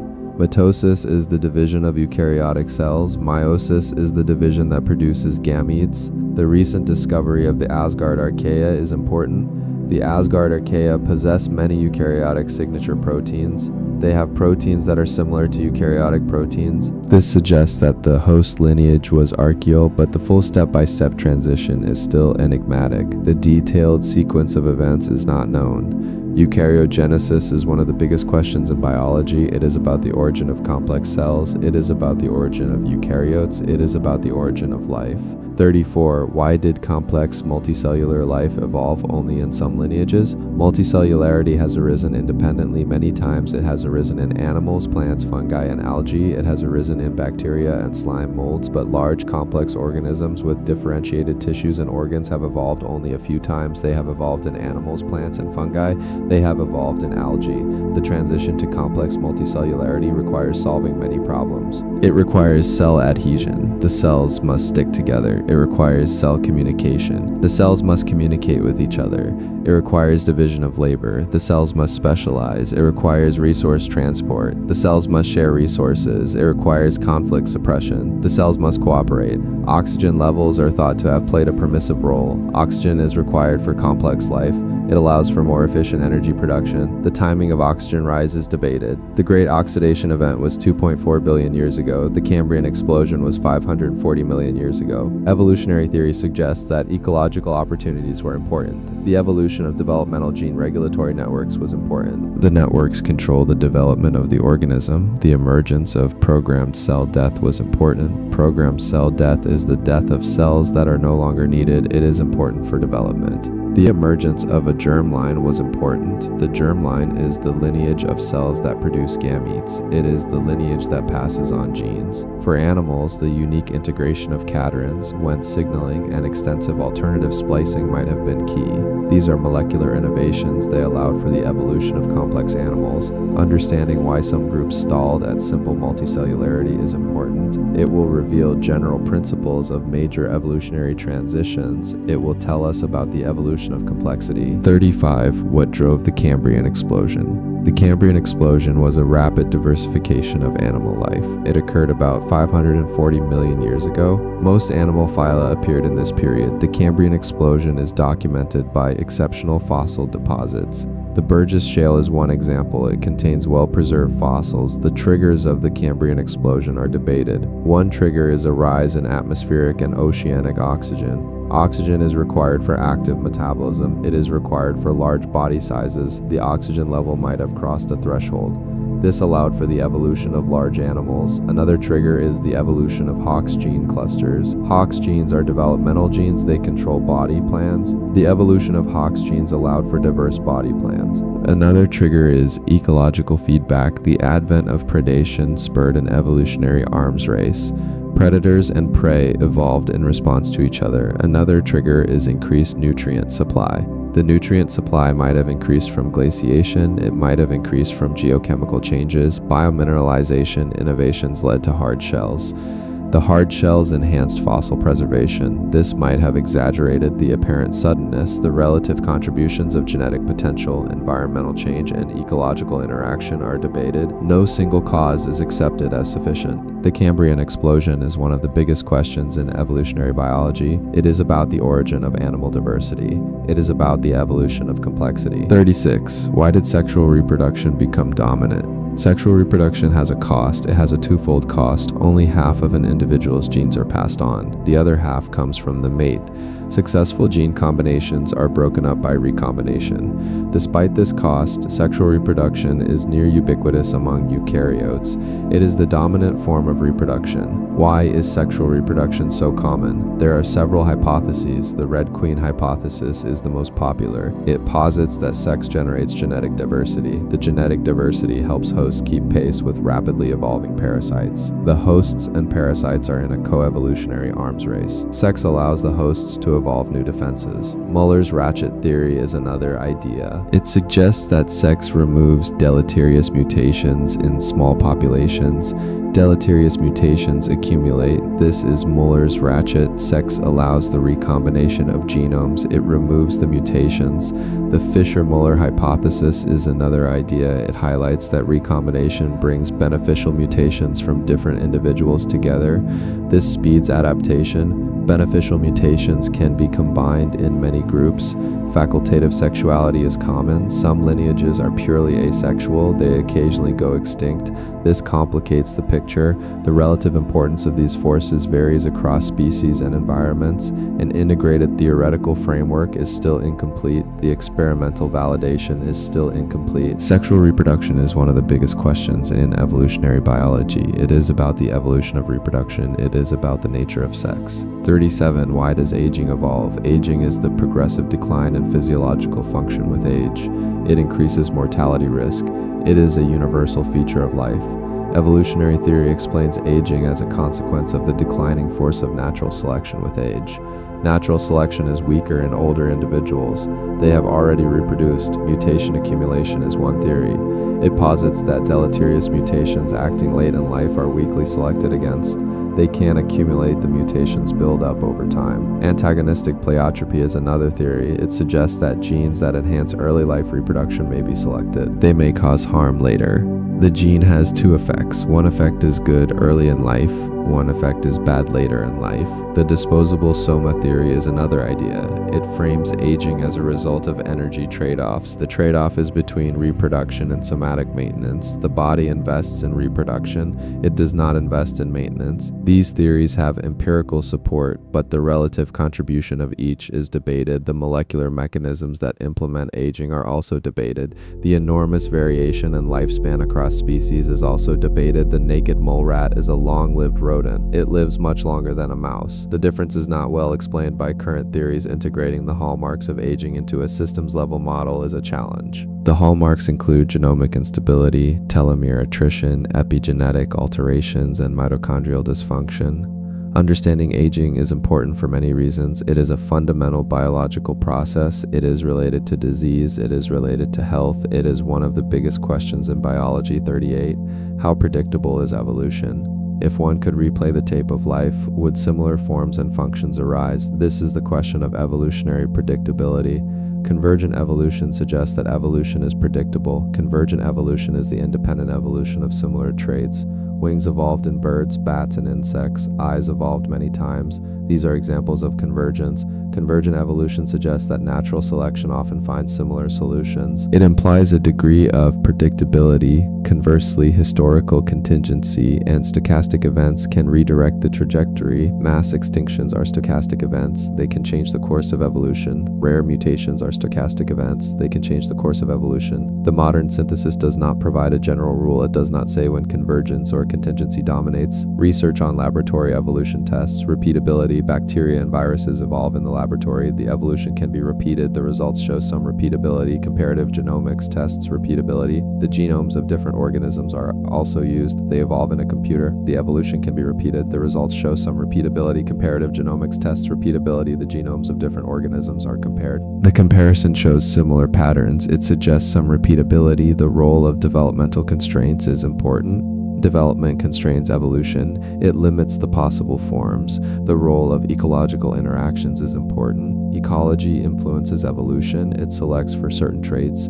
The structure of fitness landscapes is important. Fitness landscapes are maps of fitness. They show the relationship between genotype and fitness. The structure of the landscape influences evolution. Understanding predictability is important for many reasons. It is important for predicting pathogen evolution. It is important for predicting antibiotic resistance. It is important for predicting the response to environmental change. 39. How do major evolutionary innovations originate? Major evolutionary innovations are novel traits. They are traits that are not simply extrapolated from prior variation. Eyes, flowers, feathers, and metabolic pathways are examples. The origin of novel traits involves several mechanisms. Gene duplication is a key mechanism. Gene duplication creates a copy of a gene. The copy can diverge. It can acquire new functions. Co-option is another mechanism. Co-option is the use of existing genes for new functions. Lens crystallins are co-opted from heat shock proteins. Symbiosis is another mechanism. Chloroplasts are the result of symbiosis. They were once free-living bacteria. Changes in cis-regulatory elements are another mechanism. The cis-regulatory elements control gene expression. Changes in these elements can rewire developmental programs. The fin-to-limb transition is a well-studied case. The evolution of limbs from fins is a major innovation. Fossil and developmental genetic data provide clues Insect wing evolution is another well-studied case. The evolution of wings is a major innovation. The developmental genetic data provide clues. A predictive understanding of innovations is not fully established. The number of mutations needed is not known. The role of environmental induction is not known. The stepwise functional intermediates are not known. Comparative genomics and Evo-Devo are revealing the genetic architecture. Evo-Devo is the study of the evolution of development. The general principles are not fully established. Major evolutionary innovations are one of the biggest questions in biology. They are about the evolution of novelty. They are about the nature of evolution. 40. Why did so many lineages go extinct at particular mass extinctions? There have been 5 major mass extinctions in the Phanerozoic. The end Permian and end Cretaceous are the most famous mass extinctions, removed a large fraction of species. They occurred in a short time. The end Cretaceous extinction is explained by a bolide impact. The impact was the Chicxulub impact. It occurred 66 million years ago. The precise kill mechanisms are debated. They include dust-induced darkness, acid rain, wildfires, and sulfate aerosols. The relative importance of these mechanisms is debated. The end Permian extinction is the most severe. It is linked to Siberian Traps volcanism. The volcanism released massive CO2 and methane. It caused ocean anoxia, hypercapnia, and acidification. The chain of feedback is not fully understood. The selectivity for certain clades is not fully understood. Why some species survived while close relatives perished is not fully understood. Recovery patterns after extinctions are unpredictable. Some groups radiate, others remain suppressed. Understanding mass extinctions requires integrating paleontology, geochemistry, and ecological modeling. It is a multidisciplinary problem. Mass extinctions are one of the biggest questions in paleontology. They are about the history of life. They are about the nature of extinction. 41. Where is the missing heritability of complex traits? Genome-wide association studies have identified many loci. These loci are linked to traits like height, BMI, and disease risk, but they typically explain only a fraction of the heritability. The heritability is estimated from twin and family studies. The missing heritability is a puzzle. Where is it? The missing heritability might reside in rare variants of large effect. Rare variants are not captured by standard SMP arrays. They have large effects. The missing heritability might reside in epistatic interactions. Epistasis is the interaction between genes. It is not captured by additive models. The missing heritability might reside in structural variants. Structural variants are large changes in the genome. They are not captured by standard SMP arrays. The missing heritability might reside in epigenetic inheritance. Epigenetic inheritance is the inheritance of epigenetic marks. It is not captured by standard SMP arrays. A large proportion of causal variation likely lies in the non-coding genome. The non-coding genome regulates gene expression. It is harder to detect. The infinitesimal model suggests that complex traits are influenced by thousands of variants. Each variant has a very small effect. This would require enormous sample sizes. The exact partition of heritability is unknown. The contribution of common variants is unknown. The contribution of rare variants is unknown. The contribution of regulatory variants is unknown. The missing heritability is one of the biggest questions in genetics. It is about the nature of complex traits. It is about the nature of inheritance. 42. What does most non-coding DNA do? Only about 1 to 2% of the human genome encodes proteins. The rest is non-coding DNA. Much of the non-coding DNA is transcribed into non-coding RNAs. Non-coding RNAs are RNA molecules that do not encode proteins. The non-coding DNA serves regulatory functions. It contains enhancers, promoters, silencers, and insulators. These elements control gene expression. The non-coding DNA plays structural roles. It is found in centromeres and telomeres. The fraction of non-coding DNA that is functionally significant is hotly contested. Projects like ANCODE have suggested widespread biochemical activity. But activity does not always equate to function. Transposable elements make up almost half the genome. They have been co-opted for regulatory innovations, but they are largely selfish genetic elements. Determining which non-coding regions are under purifying selection is important. Purifying selection is the removal of deleterious mutations. It is a sign of function. Understanding the context-dependent fitness effects of mutations is important. The effects depend on the context, they depend on the environment. The non-coding of DNA is one of the biggest questions in genomics. It is about the nature of the genome. It is about the nature of gene regulation. 43. How does genotype become phenotype? The mapping from genotype to phenotype is complex. It involves a developmental system. The system has gene regulatory networks, epigenetic modifications, and environmental inputs. The mapping is highly nonlinear. It has feedback loops, it has redundancy, it has canalization, buffers genetic variation. It produces robust phenotypic outcomes. Predicting even simple traits from the genome sequence is impossible. Height is a simple trait, but we cannot predict height from the genome. Disease risk is a complex trait. We cannot predict disease risk from the genome. We do not know the rules by which variants combine. We do not know how they interact with the developmental context. We do not know how they interact with the environmental context. Phenotypic plasticity is an emergent property. Polyphenism is an emergent property. The evolution of novelty is an emergent property. The field of developmental systems biology aims to model these dynamics. It aims to integrate high-dimensional data. The data includes genomic, transcriptomic, and proteomic data. The genotype-phenotype map is one of the biggest questions in biology. It is about the nature of development. It is about the nature of evolution. 44. How are stable cell identities maintained and changed? Differentiated cells maintain their identity. Neurons, muscle cells, and skin cells are examples.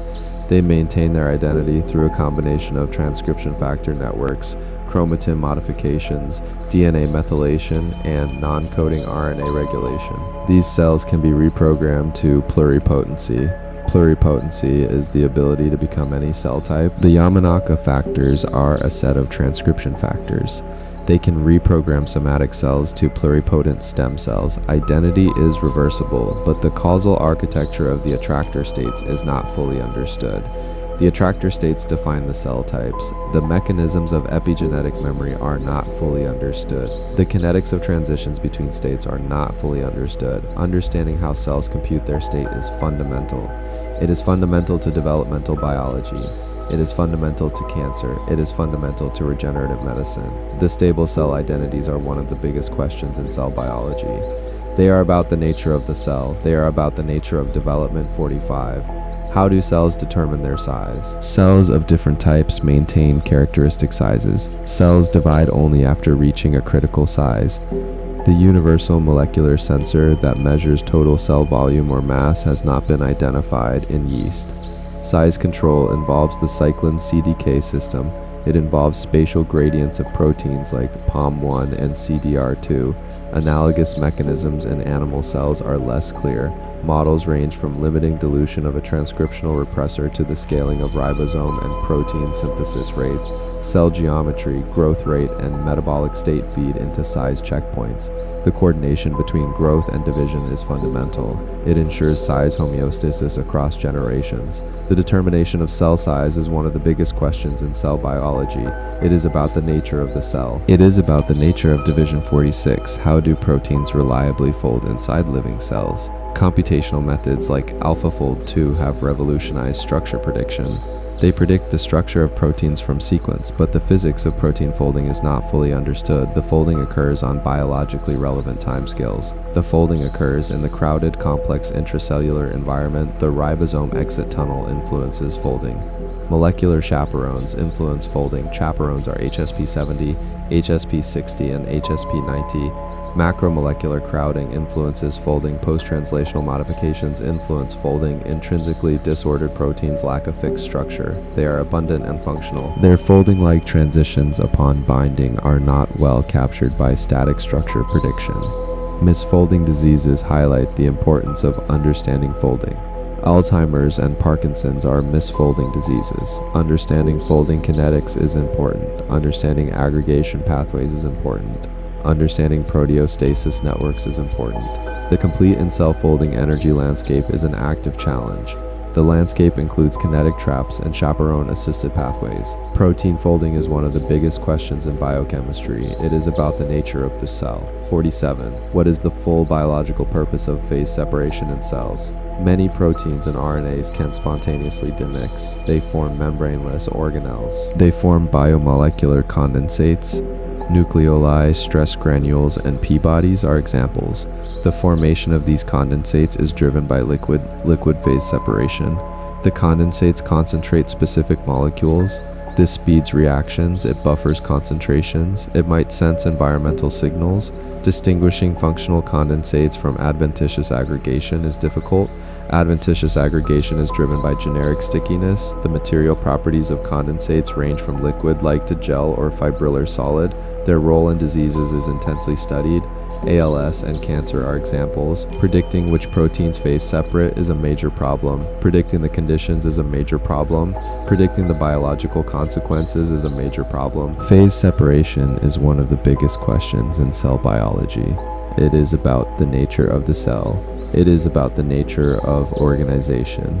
48. What is the human microbiome's causal role in health? The human microbiome is the consortium of bacteria, archaea, fungi, and viruses. It inhabits our bodies, it influences metabolism, immunity, and even behavior. Correlational studies link microbiome composition to obesity, inflammatory bowel disease, depression, and drug responses, but causation is seldom established. The studies are confounded by inter-individual variability. They are confused by diet and lifestyle. Long-term manipulation is difficult.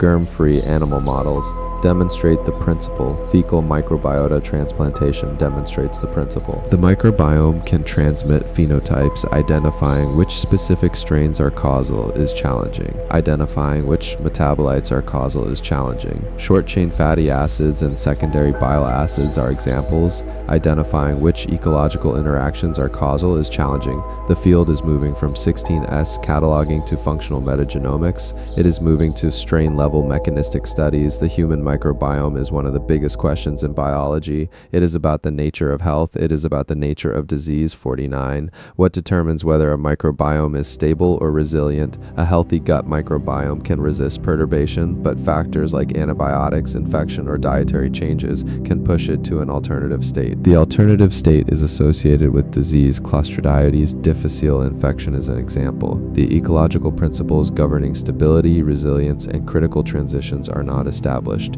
Keystone species play a role. Cross-feeding networks play a role.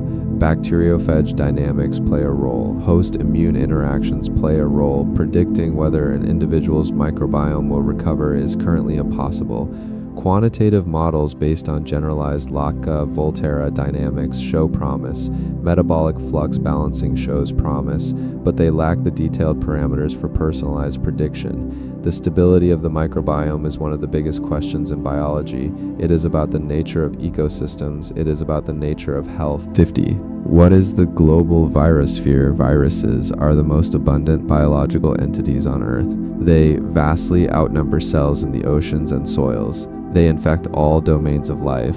Their total genetic diversity is largely unknown. Their host range is largely unknown. Their ecological impact on global biogeochemical cycles is largely unknown. Metagenomic surveys continue to discover novel viral lineages. The lineages have no known hosts. They blur the boundary between viral and cellular life. The roles of viruses as gene transfer agents are underappreciated. The roles of viruses as modulators of microbial populations are underappreciated. The roles of viruses as potential drivers of evolutionary innovation are underappreciated. Characterizing the virome of undersampled environments is critical. Linking viral sequences to hosts is critical. Linking viral sequences to functions is critical. The global virosphere is one of the biggest questions in biology. It is about the nature of viruses. It is about the nature of ecosystems. 51. How does brain activity produce subjective experience? The hard problem of consciousness is the question of why physical processes are accompanied by subjective experience.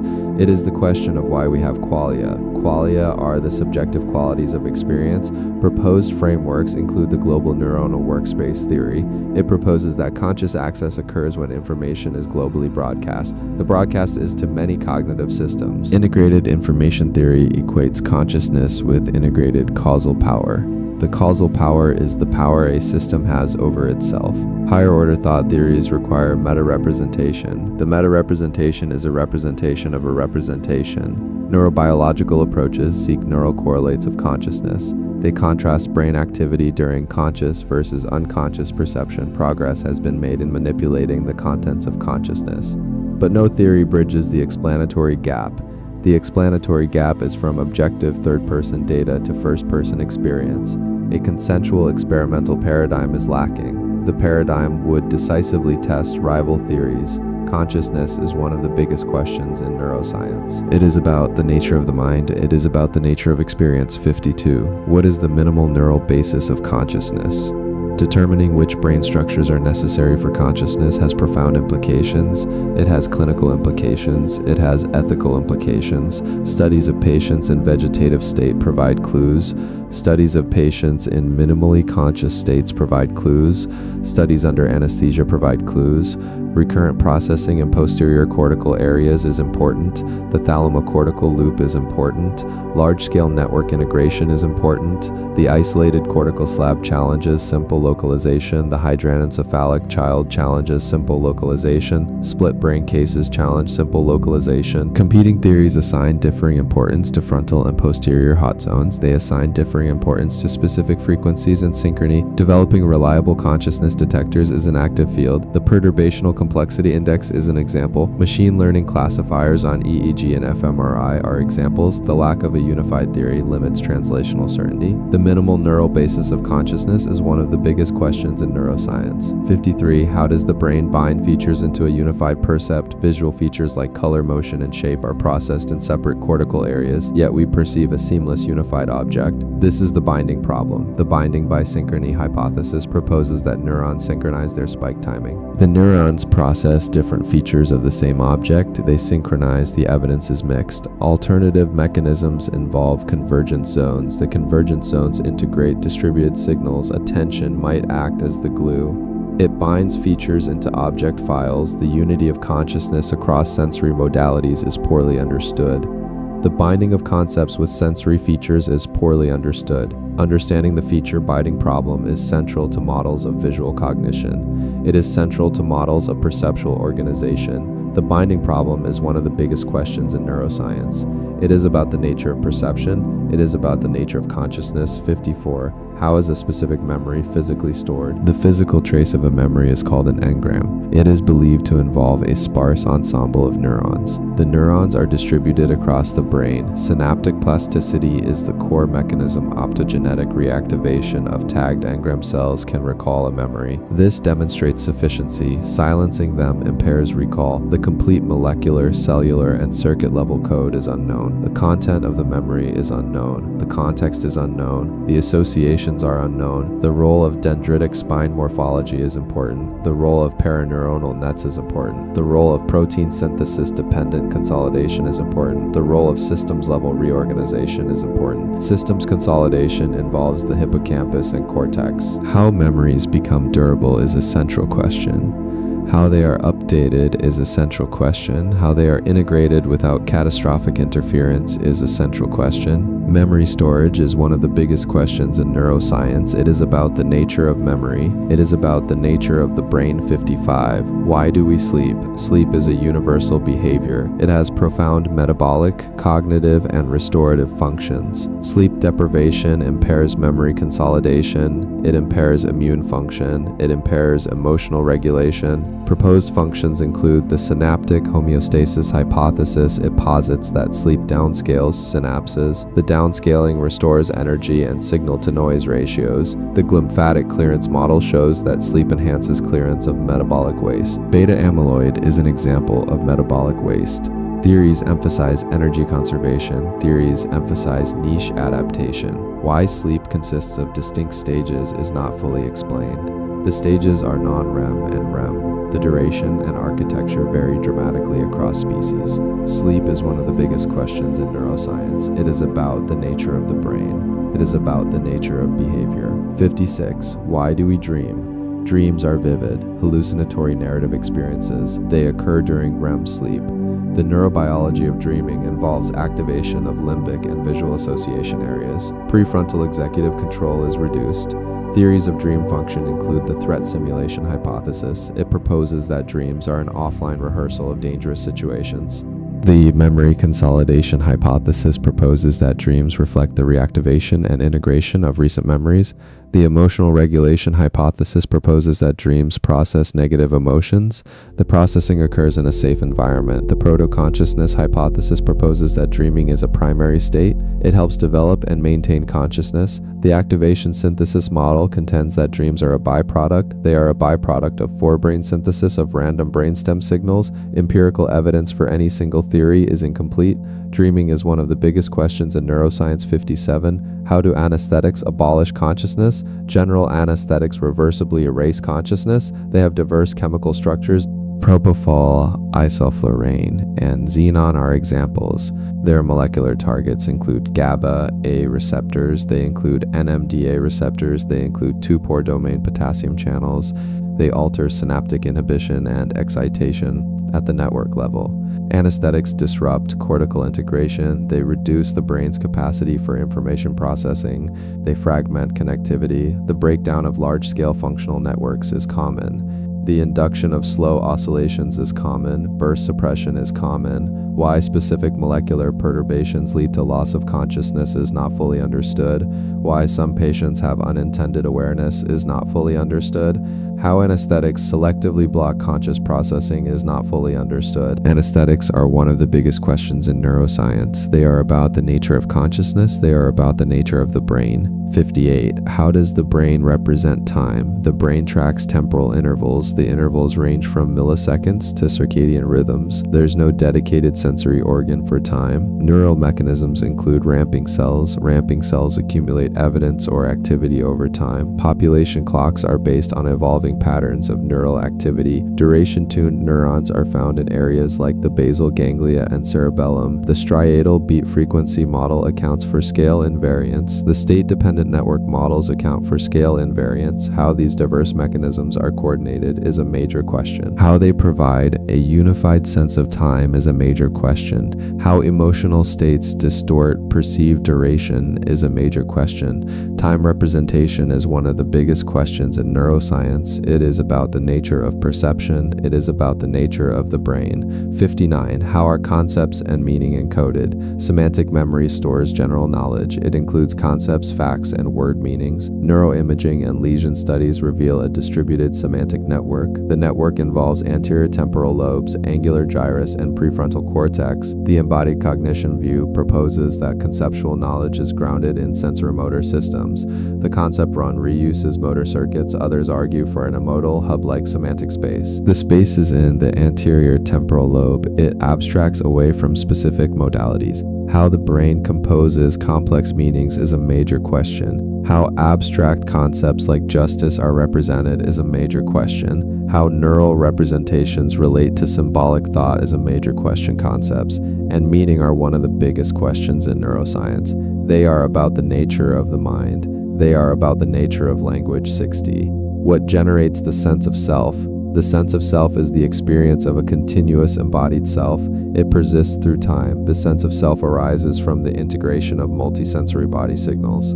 It arises from autobiographical memory. It arises from agency and ownership of actions. It arises from social cognition. The rubber hand illusion reveals the malleability of bodily self-consciousness. Out-of-body experiences reveal the malleability. The default mode network is implicated in self-referential thought. Cortical midline structures are implicated. Theories suggest the self is a narrative constructed by the brain. It is a predictive model of the body and its interaction with the world.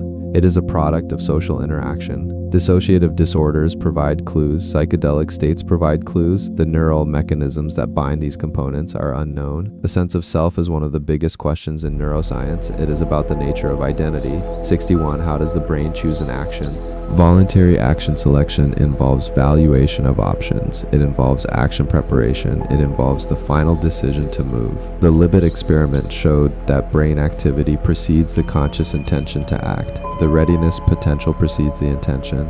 This calls into question the causal role of conscious will. The accumulation to bound framework models decision-making. It models it as a noisy accumulation of evidence. The evidence accumulates until a threshold is reached. Whether consciousness is an epiphenomenon or plays a causal role is debated. The role of the supplementary motor area is debated. The role of the prefrontal cortex is debated. Free will and volition are central to neuroscience and philosophy. There is no agreed resolution. Action selection is one of the biggest questions in neuroscience. It is about the nature of behavior. It is about the nature of consciousness. 62. How much can an adult brain regenerate or rewire after stroke, injury, or sensory loss? The adult brain shows plasticity. Cortical maps can reorganize, some functional recovery occurs. Critical periods are periods where plasticity is high, they close after development. Reactivating them pharmacologically or via neuromodulation might enhance recovery. The rules that determine which connections can change are not well established. How much reorganization is truly possible in humans is not well established. How to steer plasticity toward beneficial outcomes is not well established. Neurogenesis in the adult human hippocampus is a controversial topic.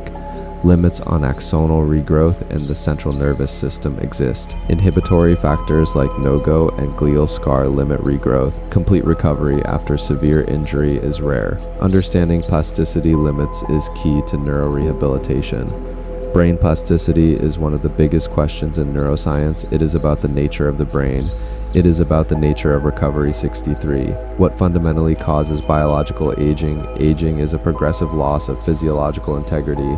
It is driven by genomic instability, telomere attrition, epigenetic alterations, loss of proteostasis, mitochondrial dysfunction, cellular senescence, stem cell exhaustion, and altered intercellular communication. The challenge is to determine which hallmarks are primary causes. Epigenetic clocks can measure biological age, but they may not be causal drivers. The extreme lifespan differences among similar species are poorly explained. The naked mole rat is a long-lived rodent. The mouse is a short-lived rodent. Integration of the hallmarks into a systems-level model is a challenge. Testing whether resetting epigenetic age reverses decline is an active frontier.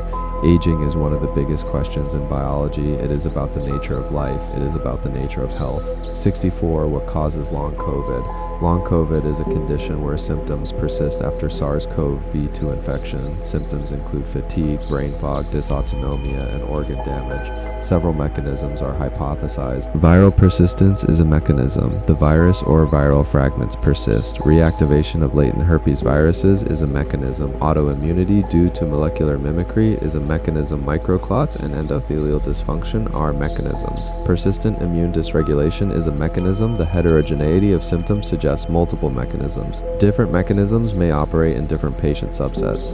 Lack of validated biomarkers hinders research. Lack of clear diagnostic criteria hinders treatment. Long COVID is one of the biggest questions in medicine. It is about the nature of disease. It is about the nature of recovery. 65. Why does autoimmunity begin in a particular person? Autoimmune diseases occur when the immune system targets self-tissues. Type 1 diabetes, rheumatoid arthritis, and multiple sclerosis are examples. The etiology is multifactorial. Genetic susceptibility is a factor. HLA alleles are a factor. Environmental triggers are a factor. Infections are a factor. The gut microbiome is a factor. Smoking is a factor. Vitamin D is a factor. Stochastic events are a factor. The specific initiating event is rarely identified. Molecular mimicry is a mechanism. Bystander activation is a mechanism. Release of cryptic antigens is a mechanism. Defective regulation by Tregs is a mechanism. Predicting onset is a challenge. Understanding the checkpoint failures is a challenge. Autoimmunity is one of the biggest questions in medicine. It is about the nature of the immune system. It is about the nature of disease. 66. What causes endometriosis? Endometriosis is the growth of endometrial-like tissue outside the uterus. It causes severe pelvic pain and infertility. The pathogenesis is unclear. The retrograde menstruation theory is a theory. It proposes that viable endometrial cells reflux through the fallopian tubes they implant. But retrograde menstruation is common. Endometriosis is not common. Alternative theories include coelomic metaplasia. Coelomic metaplasia is where peritoneal cells transform into endometrial tissue. Dissemination via lymphatics is another theory. Stem cell involvement is evident. Immune dysfunction is evident. Genetic predispositions are evident. The relationship between lesion location, pain symptoms, and lesion type is unexplained. Why some women are profoundly affected while others are asymptomatic is unknown. Endometriosis is one of the biggest questions in medicine. It is about the nature of disease. It is about the nature of the female reproductive system. 67. What initiates sporadic neurodegenerative disease, Alzheimer's disease, Parkinson's disease, and amyotrophic lateral sclerosis are characterized by misfolded protein aggregates. Amyloid beta, tau, alpha-synuclein, and TDP43 are examples. The vast majority of cases are sporadic. There is no clear genetic cause. The initial trigger that starts protein aggregation is unknown. Why it spreads in a stereotypical pattern is unknown. Why certain neuronal populations are selectively vulnerable is unknown. Interactions between genetic risk factors, aging, neuroinflammation, mitochondrial dysfunction, and environmental factors likely play a role. APOE4 is a risk factor for Alzheimer's. LRRK2 is a risk factor for Parkinson's. A unifying initiation mechanism is lacking. Neurodegenerative disease is one of the biggest questions in medicine. It is about the nature of the brain. It is about the nature of disease. 68. Why do cancers metastasize to specific organs? The organ-specific pattern of metastasis is a well-known phenomenon. Breast cancer metastasizes to bone. Melanoma metastasizes to the brain. Colorectal cancer metastasizes to the liver. Paget's seed and soil hypothesis is a description. The seed is the tumor cell. The soil is the microenvironment. The seed must acquire invasive properties. It must survive in circulation.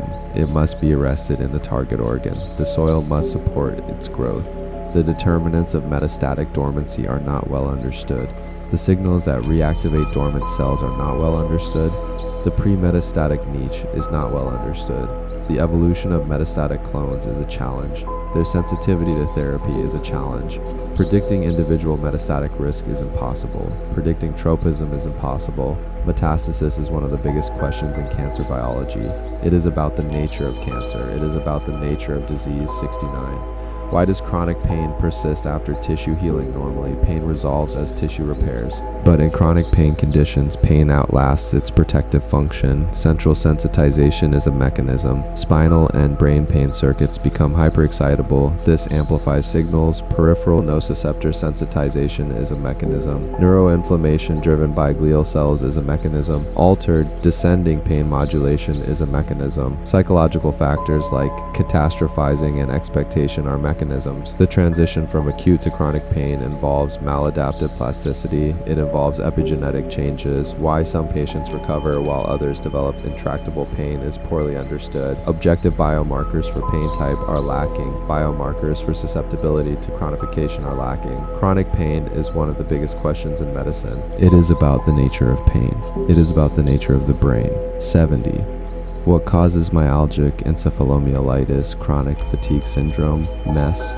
CFS is a debilitating disorder. It is defined by profound fatigue, post-exertional malaise, unrefreshing sleep, and cognitive dysfunction. Its etiology is unknown.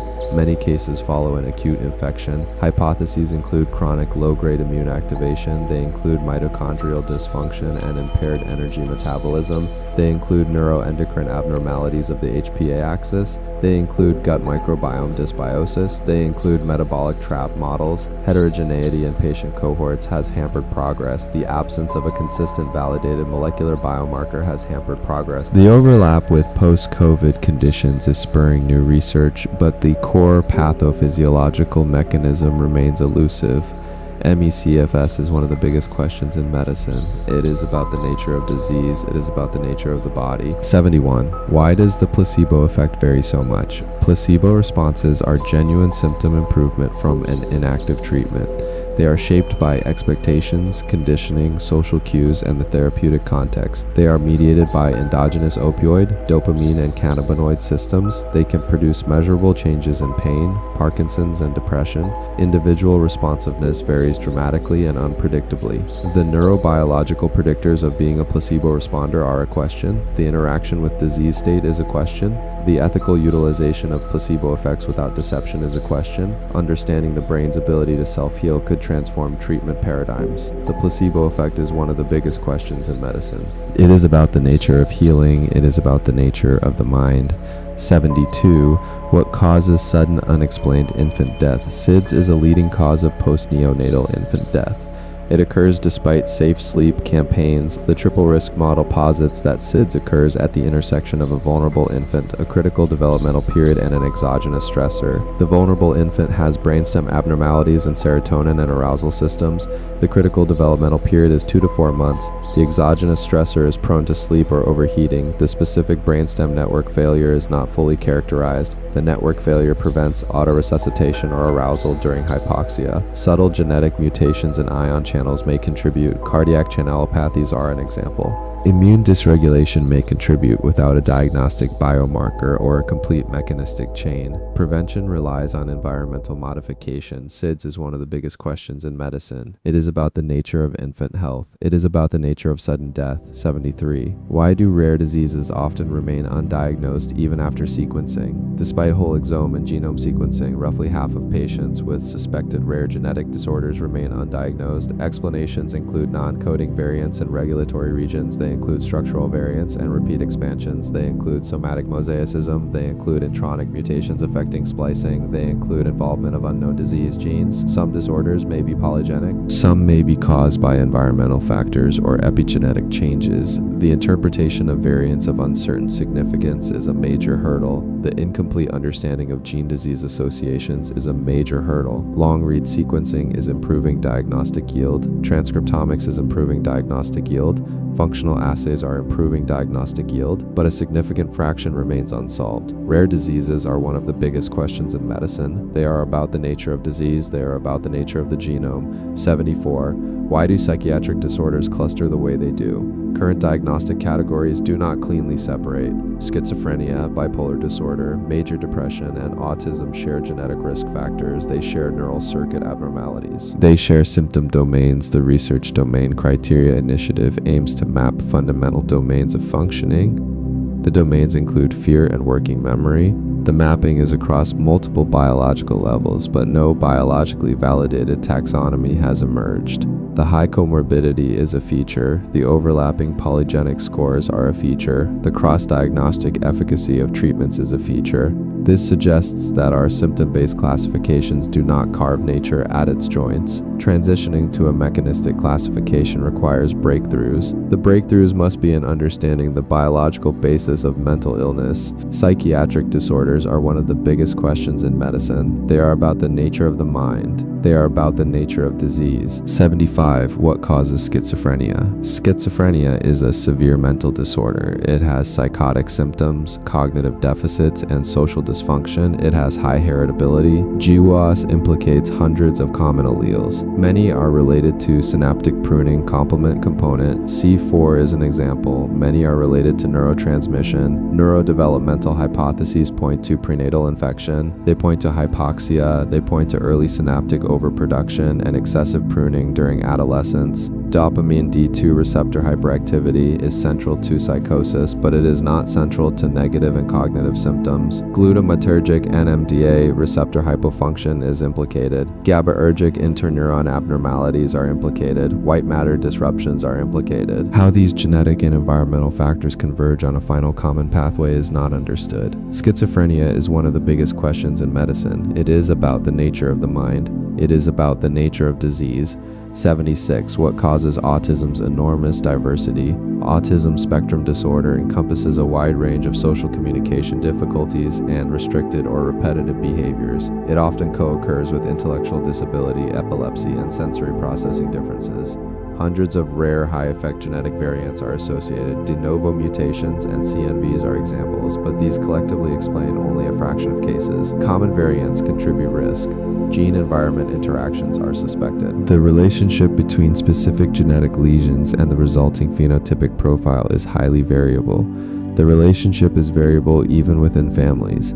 How the same or different molecular pathways produce such diverse neural circuit phenotypes is a challenge. How they produce diverse developmental trajectories is a challenge. Autism is one of the biggest questions in medicine. It is about the nature of the brain. It is about the nature of development. 77. Why do memories become distorted or false? Memory is not a faithful recording. It is a reconstructive process. Retrieval can incorporate post-event information. This leads to the misinformation effect. Source monitoring errors contribute to false memories. Imagination, inflation contributes to false memories. Social influence contributes to false memories. At the neural level, mechanisms of memory updating and reconsolidation allow new information to be integrated. The integration occurs during retrieval. It potentially distorts the original trace. The conditions under which confidence is a reliable indicator of accuracy are limited. The ability of neuroimaging to distinguish true from false memories is limited. Understanding memory distortion is critical for eyewitness testimony. It is critical for treating traumatic memories. Memory distortion is one of the biggest questions in neuroscience. It is about the nature of memory. It is about the nature of the mind. 78. What is the adaptive function of emotions? Emotions like fear, anger, joy, and disgust are evolutionarily conserved. They guide behavior, decision-making, and social interaction. Basic emotion theory posits a set of discrete universal emotions. The emotions have dedicated neural circuits. Appraisal theories view emotions as arising from cognitive evaluations. The evaluations are of an event's relevance to goals. Psychological constructionist theories argue that emotions are not natural kinds. They are constructed from more fundamental psychological ingredients. The ingredients include valence, arousal, and conceptual knowledge. The predictive coding framework sees emotions as interoceptive inferences. Each perspective captures different aspects. A unified account of how emotions evolved is unsettled. The neural basis is unsettled. The role in consciousness is unsettled. Emotions are one of the biggest questions in neuroscience. They are about the nature of the mind. They are about the nature of behavior. 79. Why are humans so extensively cooperative? Human ultrasociality is exceptional. We cooperate with strangers in large groups. Evolutionary explanations include kin selection for helping relatives. They include direct reciprocity. They include indirect reciprocity based on reputation. They include multi-level selection, where groups with more cooperators outcompete others. Cultural evolution and social norms enforced by punishment stabilize cooperation, but the scale of human cooperation is not fully explained. Altruistic punishment in anonymous one-shot interactions is an example. Public goods contributions are an example. The cognitive and neural foundations of social preferences are likely evolved. Theory of mind is an example. Norm psychology is an example. They likely evolved through gene-culture coevolution. The relative weight of these mechanisms remains a topic of debate. Human cooperation is one of the biggest questions in biology. It is about the nature of humans. It is about the nature of society. 80. How does language emerge in children? Children acquire their native language with remarkable speed and uniformity. They do this given noisy and varied input. Theories range from Chomsky's universal grammar. Universal grammar posits innate domain-specific knowledge of linguistic structure. Usage-based models emphasize statistical learning. They emphasize pattern finding. They emphasize social interaction. The neural infrastructure includes left lateralized parasylvian areas, but the mechanisms by which infants segment speech are debated. The mechanisms by which they map words to reference are debated. The mechanisms by which they induce grammatical rules are debated. The role of cognitive abilities like joint attention, intention reading, and working memory is debated. The critical period for language learning is an active area of research. Language acquisition is one of the biggest questions in cognitive science. It is about the nature of language. It is about the nature of the mind. 81. How did plate tectonics begin? Modern Earth's rigid lithosphere is broken into plates. The plates move, subduct, and recycle. When and how this regime started is unresolved. Early Earth may have had a stagnant lid. It may have had episodic subduction. It may have transitioned to modern style continuous tectonics. Evidence from ancient zircons suggests a gradual onset. Geochemistry suggests a gradual onset. Mantle thermal models suggest a gradual onset. The onset was between 3.5 and 2.5 billion years ago. The trigger is debated. Mantle cooling is a trigger. Water weakening of faults is a trigger. The onset of deep subduction is a trigger.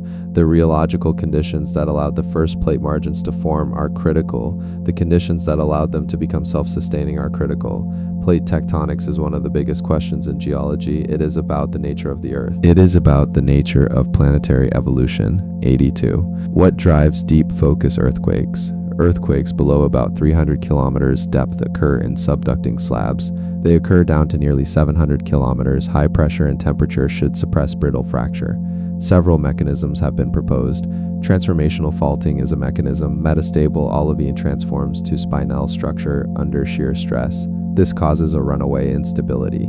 Dehydration and embrittlement is a mechanism. Hydrous minerals break down, they release fluids. The fluids cause embrittlement. Thermal shear instabilities are a mechanism. Different mechanisms may dominate at different depths. They may dominate in different slabs. Direct observation of the source process is impossible. The physics relies on seismic radiation patterns. It relies on laboratory deformation experiments. It relies on numerical modeling. The exact cause of deep earthquakes is still uncertain. Deep focus earthquakes are one of the biggest questions in geology. They are about the nature of the earth. They are about the nature of plate tectonics. 83. Can earthquakes ever be predicted precisely? Reliable, deterministic earthquake prediction is not currently possible. Specifying the exact time, location, and magnitude is not possible. Faults exhibit complex friction laws. They exhibit stress interactions. They exhibit heterogeneous strength. Some foreshock sequences are observed. Some slow slip events are observed, but not all large quakes have identifiable precursors. Probabilistic forecasting based on earthquake statistics has improved. Stress transfer models have improved. The fundamental question is whether the Earth's crust behaves deterministically enough. Whether there are diagnosable nucleation processes is a question. Some argue earthquakes are inherently unpredictable. The chaotic nature of fault systems makes prediction impossible. Earthquake prediction is one of the biggest questions in geology. It is about the nature of the Earth. It is about the nature of hazard. 84. How does Earth's geodynamo reverse? Earth's magnetic field occasionally reverses polarity. The reversals are recorded in magnetic stripes on the seafloor. They are recorded in volcanic rocks. The geodynamo is generated by convection of electrically conducting liquid iron. The convection is in the outer core. During a reversal, the dipole field weakens. It becomes disorganized. It reestablishes with opposite polarity. Numerical dynamo simulations can produce reversals spontaneously, but the physical triggers are not well understood. Changes in core mantle boundary heat flow are a trigger. Inner core growth is a trigger. Intrinsic chaotic dynamics are a trigger. The duration of a reversal is thousands of years. The timing is irregular. The decrease in field intensity affects the magnetosphere. The geodynamo is one of the biggest questions in geophysics. It is about the nature of the Earth. It is about the nature of the magnetic field. 85. What is the structure and evolution of Earth's inner core? Seismic waves reveal that the solid inner core is anisotropic waves travel faster along the rotation axis. It has an uppermost quasi-isotropic layer. It may exhibit hemispherical differences. Differential rotation of the inner core relative to the mantle has been proposed. The rotation explains temporal changes in seismic travel times. Recent studies suggest the rotation rate may be variable. It may be recently paused or reversed. The inner core's age is Zwart 0.515 Gay. Its texture from solidification and deformation is a question. Its role in the geodynamo and magnetic field generation is constrained by thermochemical models. Many details remain uncertain. Precise crystalline alignment is uncertain. Melting relationships are uncertain. The inner core is one of the biggest questions in geophysics. It is about the nature of the Earth. It is about the nature of the magnetic field. 86. Where and when did Earth's water originate? Earth's accretion from dry planetesimals suggests that water was delivered later. The water was delivered by volatile rich bodies. The DH ratio of Earth's water is similar to carbonaceous chondrite meteorites. It is similar to some comets from the outer asteroid belt. This implies a major contribution from asteroidal sources. It implies a possible minor cometary contribution. The timing of delivery is debated. It might be during the main accretion phase. It might be during the late veneer. It might be continuous. Mantle water storage capacity complicates the picture. The deep water cycle complicates the picture. Noble gas isotopes help trace the building blocks. Nucleosynthetic anomalies in rocks help trace the building blocks. A unique solution for the origin and delivery timeline of water is not established. Earth's water is one of the biggest questions in geochemistry. It is about the nature of the Earth. It is about the nature of planetary formation. 87. How sensitive is the climate to double carbon dioxide? Equilibrium climate sensitivity is the long-term global warming from a doubling of atmospheric CO2. It is estimated from climate models, paleoclimate records, and observations. The likely range is 2.5 degrees Celsius to 4 degrees Celsius. The uncertainty primarily arises from cloud feedback. Low clouds can enhance or damp warming. Other feedbacks involving water vapor, sea ice, snow cover, and the carbon cycle further widen the range. The upper tail of very high ECS above 5 degrees Celsius cannot be ruled out. This has profound implications for future warming. Reducing ECS uncertainty is critical for climate policy. Progress has been slow because feedback processes span many scales. Climate sensitivity is one of the biggest questions in climate science. It is about the nature of the climate. It is about the nature of feedback. 88. How will clouds change as the planet warms? Cloud feedback remains the largest source of uncertainty in climate projections. As temperature rises, changes in cloud cover, altitude, phase, and optical depth can amplify or mitigate warming. Low marine stratocumulus clouds that reflect sunlight are particularly important. Their breakup at a threshold, CO2 concentration, could cause a spike in climate sensitivity. High cirrus clouds trap heat. The mixed phase cloud feedback in mid-latitudes is poorly constrained. The response of convective cloud systems is poorly constrained. Resolving cloud microphysics and turbulence requires high-resolution models. The models are computationally expensive. Parameterization is a necessary but uncertain approximation. Cloud feedback is one of the biggest questions in climate science. It is about the nature of the climate. It is about the nature of clouds. 89. Where are major climate tipping thresholds? Earth system components may exhibit tipping points. The Greenland ice sheet is a component. The West Antarctic ice sheet is a component. The Atlantic meridional overturning circulation is a component. The Amazon rainforest is a component. Permafrost carbon stores are a component. A tipping point is where a small perturbation triggers a large, irreversible change exceeding the Greenland melting threshold of about 1.5 degrees Celsius. Global warming could commit it to eventual complete melting. This would add about 7 meters of sea level rise. The AMOC is known to have weakened. A collapse would drastically alter climate. The precise global warming levels that trigger these tipping points are highly uncertain. Their interactions are highly uncertain. The timescales of transitions are highly uncertain. Climate tipping points are one of the biggest questions in climate science. They are about the nature of the climate. They are about the nature of risk. 90. What caused every major ancient climate swing? Paleoclimate records reveal dramatic swings. Snowball Earth episodes are an example. The Paleocene-Eocene thermal maximum is an example. Cenozoic cooling is an example. Orbital forcing paces the ice ages. Milankovitch cycles are the forcing. But the amplitude and rapid transitions of Dansgaard-Eschger events require amplifying feedback. Greenhouse gases are a feedback. Ice sheet dynamics are a feedback. Ocean circulation is a feedback. The PETM was rapid, about 5 degrees Celsius warming 56 million years ago. It was driven by a massive carbon release. The source is debated. Methane hydrates are a source. Permafrost is a source. Volcanic interactions with organic-rich sediments are a source. Abrupt events during the last deglaciation are an area of active research. The bipolar seesaw is an area of active research. Ancient climate swings are one of the biggest questions in paleoclimatology. They are about the nature of the climate. They are about the nature of change. 91. How much life is in the deep ocean? The deep pelagic realm below 200 meters is the largest habitat on Earth. Its biodiversity, biomass, and ecological dynamics are poorly sampled. New species are routinely discovered. The global abundance of mesopelagic fish is estimated to be enormous but uncertain. The role of the deep sea in the biological carbon pump is a key gap. The functioning of the microbial loop is a key gap. The connectivity of deep water communities is a key gap. The ocean twilight zone and abyssal plains house diverse life forms. They are vulnerable to climate change. They are vulnerable to deep sea mining exploration, and census are urgently needed. Deep ocean life is one of the biggest questions in marine biology. It is about the nature of the ocean. It is about the nature of life. 92. What sustains ecosystems beneath the seafloor? Sediment-covered ocean floors host a vast deep biosphere. The biosphere includes microbes and small multicellular organisms. They live in sediment pores kilometers below the seafloor. These communities subsist on extraordinarily low fluxes of energy. The energy comes from buried organic matter. It comes from hydrogen, from radiolysis of water. It comes from chemosynthetic substrates. Metabolic rates are very slow. Cells may divide on timescales of centuries to millennia. The limits of life are unknown. The deepest, hottest, and most energy-starved environments that can sustain active cells are unknown. The total biomass and biodiversity of this subsurface realm is unknown. Its role in global elemental cycles is unknown.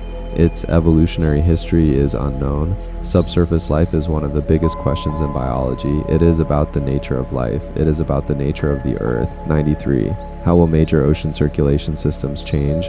The Atlantic meridional overturning circulation transports heat northward. It influences climate. Freshwater input from melting Greenland ice can weaken it. Increased precipitation can weaken it. Observations show a slowdown over the 20th century. Models project further weakening. A collapse is plausible at some warming level. The Indian Ocean dipole may change in amplitude and frequency.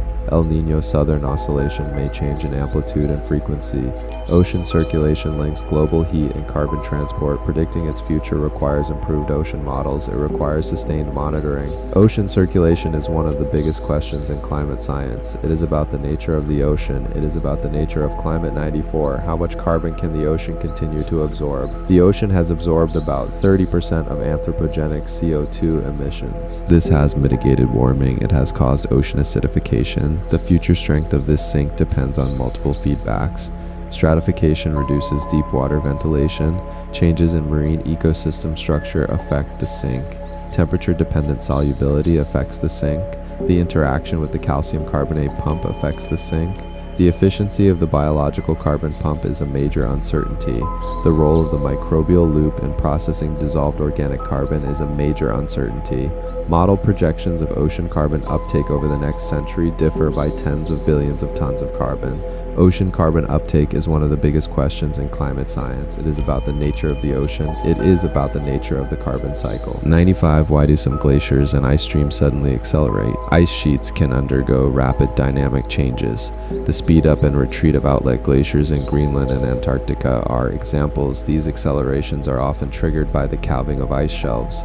They are triggered by warm ocean waters thinning the floating ice. This reduces buttressing bed lubrication by meltwater reaching the base can cause acceleration. The failure of marine ice cliff instability can cause acceleration. Hydrofracturing by surface meltwater can cause acceleration. These processes are not fully represented in ice sheet models. This leads to deep uncertainty in 21st century sea level rise projections. Understanding these thresholds is critical for coastal risk assessment. Glacier acceleration is one of the biggest questions in glaciology. It is about the nature of ice sheets. It is about the nature of sea level rise. 96. Is the Riemann hypothesis true? The Riemann hypothesis is a conjecture about the Riemann zeta function. It states that all non-trivial zeros of the zeta function have real part 1 he. It is one of the Clay millennium problems. Proof would confirm that the distribution of prime numbers behaves as smoothly as expected. It would validate thousands of theorems that assume it extensive. Computational checks up to 10 to the 13th zeros support it. Many partial results support it, but neither a proof nor a counterexample has been found. Its implications touch prime number theory. They touch quantum chaos through Montgomery's pair correlation. They touch random matrix theory. The Riemann hypothesis is one of the deepest open problems in pure mathematics. 97. Does quantum Yang-Mills theory have a mass gap? Quantum Yang-Mills theory is the basis of the standard model's strong and weak force descriptions. The mass gap problem asks for a rigorous proof that the lightest particle in a pure non-abelian gauge theory has a positive mass. It asks for proof that there are no massless excitations. It asks for proof that the theory exists as a valid quantum field theory satisfying the Whiteman axioms. Lattice QCD simulations provide compelling numerical evidence for confinement and a mass gap, but a rigorous mathematical construction of four-dimensional quantum Yang-Mills theory and the mass gap remains an open millennium problem. This challenges the very foundation of quantum field theory. Quantum Yang-Mills theory is one of the biggest questions in mathematical physics. It is about the nature of quantum field theory. It is about the nature of the strong force. 98. Is the Birch and Swinnerton-Dyer conjecture true for elliptic curves over the rationals? The conjecture relates the algebraic rank to the analytic behavior of the associated L function S equals 1. It predicts that the order of vanishing equals the rank. It gives a formula for the leading coefficient involving various arithmetic invariants. It is a millennium problem with far-reaching consequences for number theory and cryptography. It is proven in special cases. Rank 0 and 1 under certain conditions are proven by Coates, Wiles, Gross, Sagier, and Kolyvagin. The general case for higher rank curves remains unproven. The Birch and Swinnerton-Dyer conjecture is one of the biggest questions in number theory. 99. Why do heavily overparameterized neural networks generalize? Classical statistical learning theory warns that models with far more parameters than training examples should overfit. They should perform poorly on new data, yet deep neural networks often generalize remarkably well. They achieve low test error without explicit regularization. Explanations include implicit bias of gradient descent toward margin maximizing solutions. They include benign overfitting in interpolating regimes. They include the ability of networks to learn simple functions first through spectral bias. The double descent phenomenon challenges conventional wisdom. Test error decreases after the interpolation threshold. Theoretical advances in overparameterized linear models provide insights. The neural tangent kernel regime provides insights, but they do not fully capture the success of realistic deep networks in the non-kernel regime. The full generalization puzzle is open. Generalization in neural networks is one of the biggest questions in machine learning. It is about the nature of learning. It is about the nature of intelligence. 100. Does P equal NP? The P versus NP problem asks whether every problem whose solution can be quickly verified can also be quickly solved. It is the central question of computational complexity theory. It has profound implications for cryptography, optimization, and artificial intelligence. Most experts believe P does not equal NP, but no proof exists in either direction. The barriers of relativization, natural proofs, and algebraization indicate that a radically new technique is needed. A proof either way would revolutionize our understanding of computation. It has immediate practical consequences for the security of modern cryptographic systems. P versus NP is one of the biggest questions in computer science. It is about the nature of computation. It is about the nature of complexity. 101. Can advanced AI systems be made fully interpretable and reliably aligned? As artificial intelligence systems become more powerful and autonomous, ensuring their behavior remains aligned with human values and intentions is an urgent technical challenge. Current deep learning models are black boxes. Their internal representations and decision boundaries are opaque. This makes them susceptible to shortcut learning, reward hacking, and specification gaming. Formal verification methods aim to address these issues. Scalable oversight aims to address these issues. Interpretability techniques aim to address these issues. Value learning aims to address these issues, but no general method guarantees safety and alignment for future superintelligent systems. The alignment problem spans technical, ethical, and governance dimensions. Its resolution is considered critical for the beneficial development of AI. AI alignment is one of the biggest questions in computer science. It is about the nature of intelligence. It is about the nature of safety. Conclusion. These 101 questions represent the biggest mysteries in science. They span all fields of human knowledge. They range from the smallest particles to the largest structures in the universe. They range from the origin of life to the nature of consciousness. They range from the fundamental laws of physics to the complexities of human society. Each question is a frontier of human knowledge.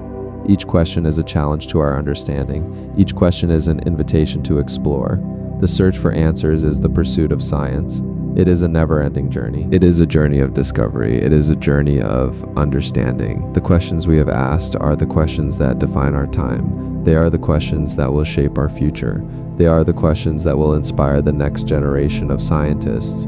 The answers to these questions may be found in our lifetime. They may take generations to find. They may never be found. But the pursuit of knowledge is a noble endeavor. It is a pursuit that defines our humanity. We are curious creatures. We ask questions. We seek answers. We explore the unknown. This is what makes us human. The mysteries of science are the mysteries of our existence. They are the mysteries of the universe. They are the mysteries of life.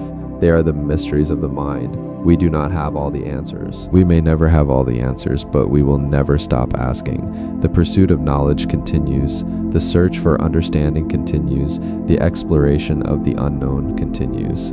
This is the story of science. This is the story of humanity. This is the story of us.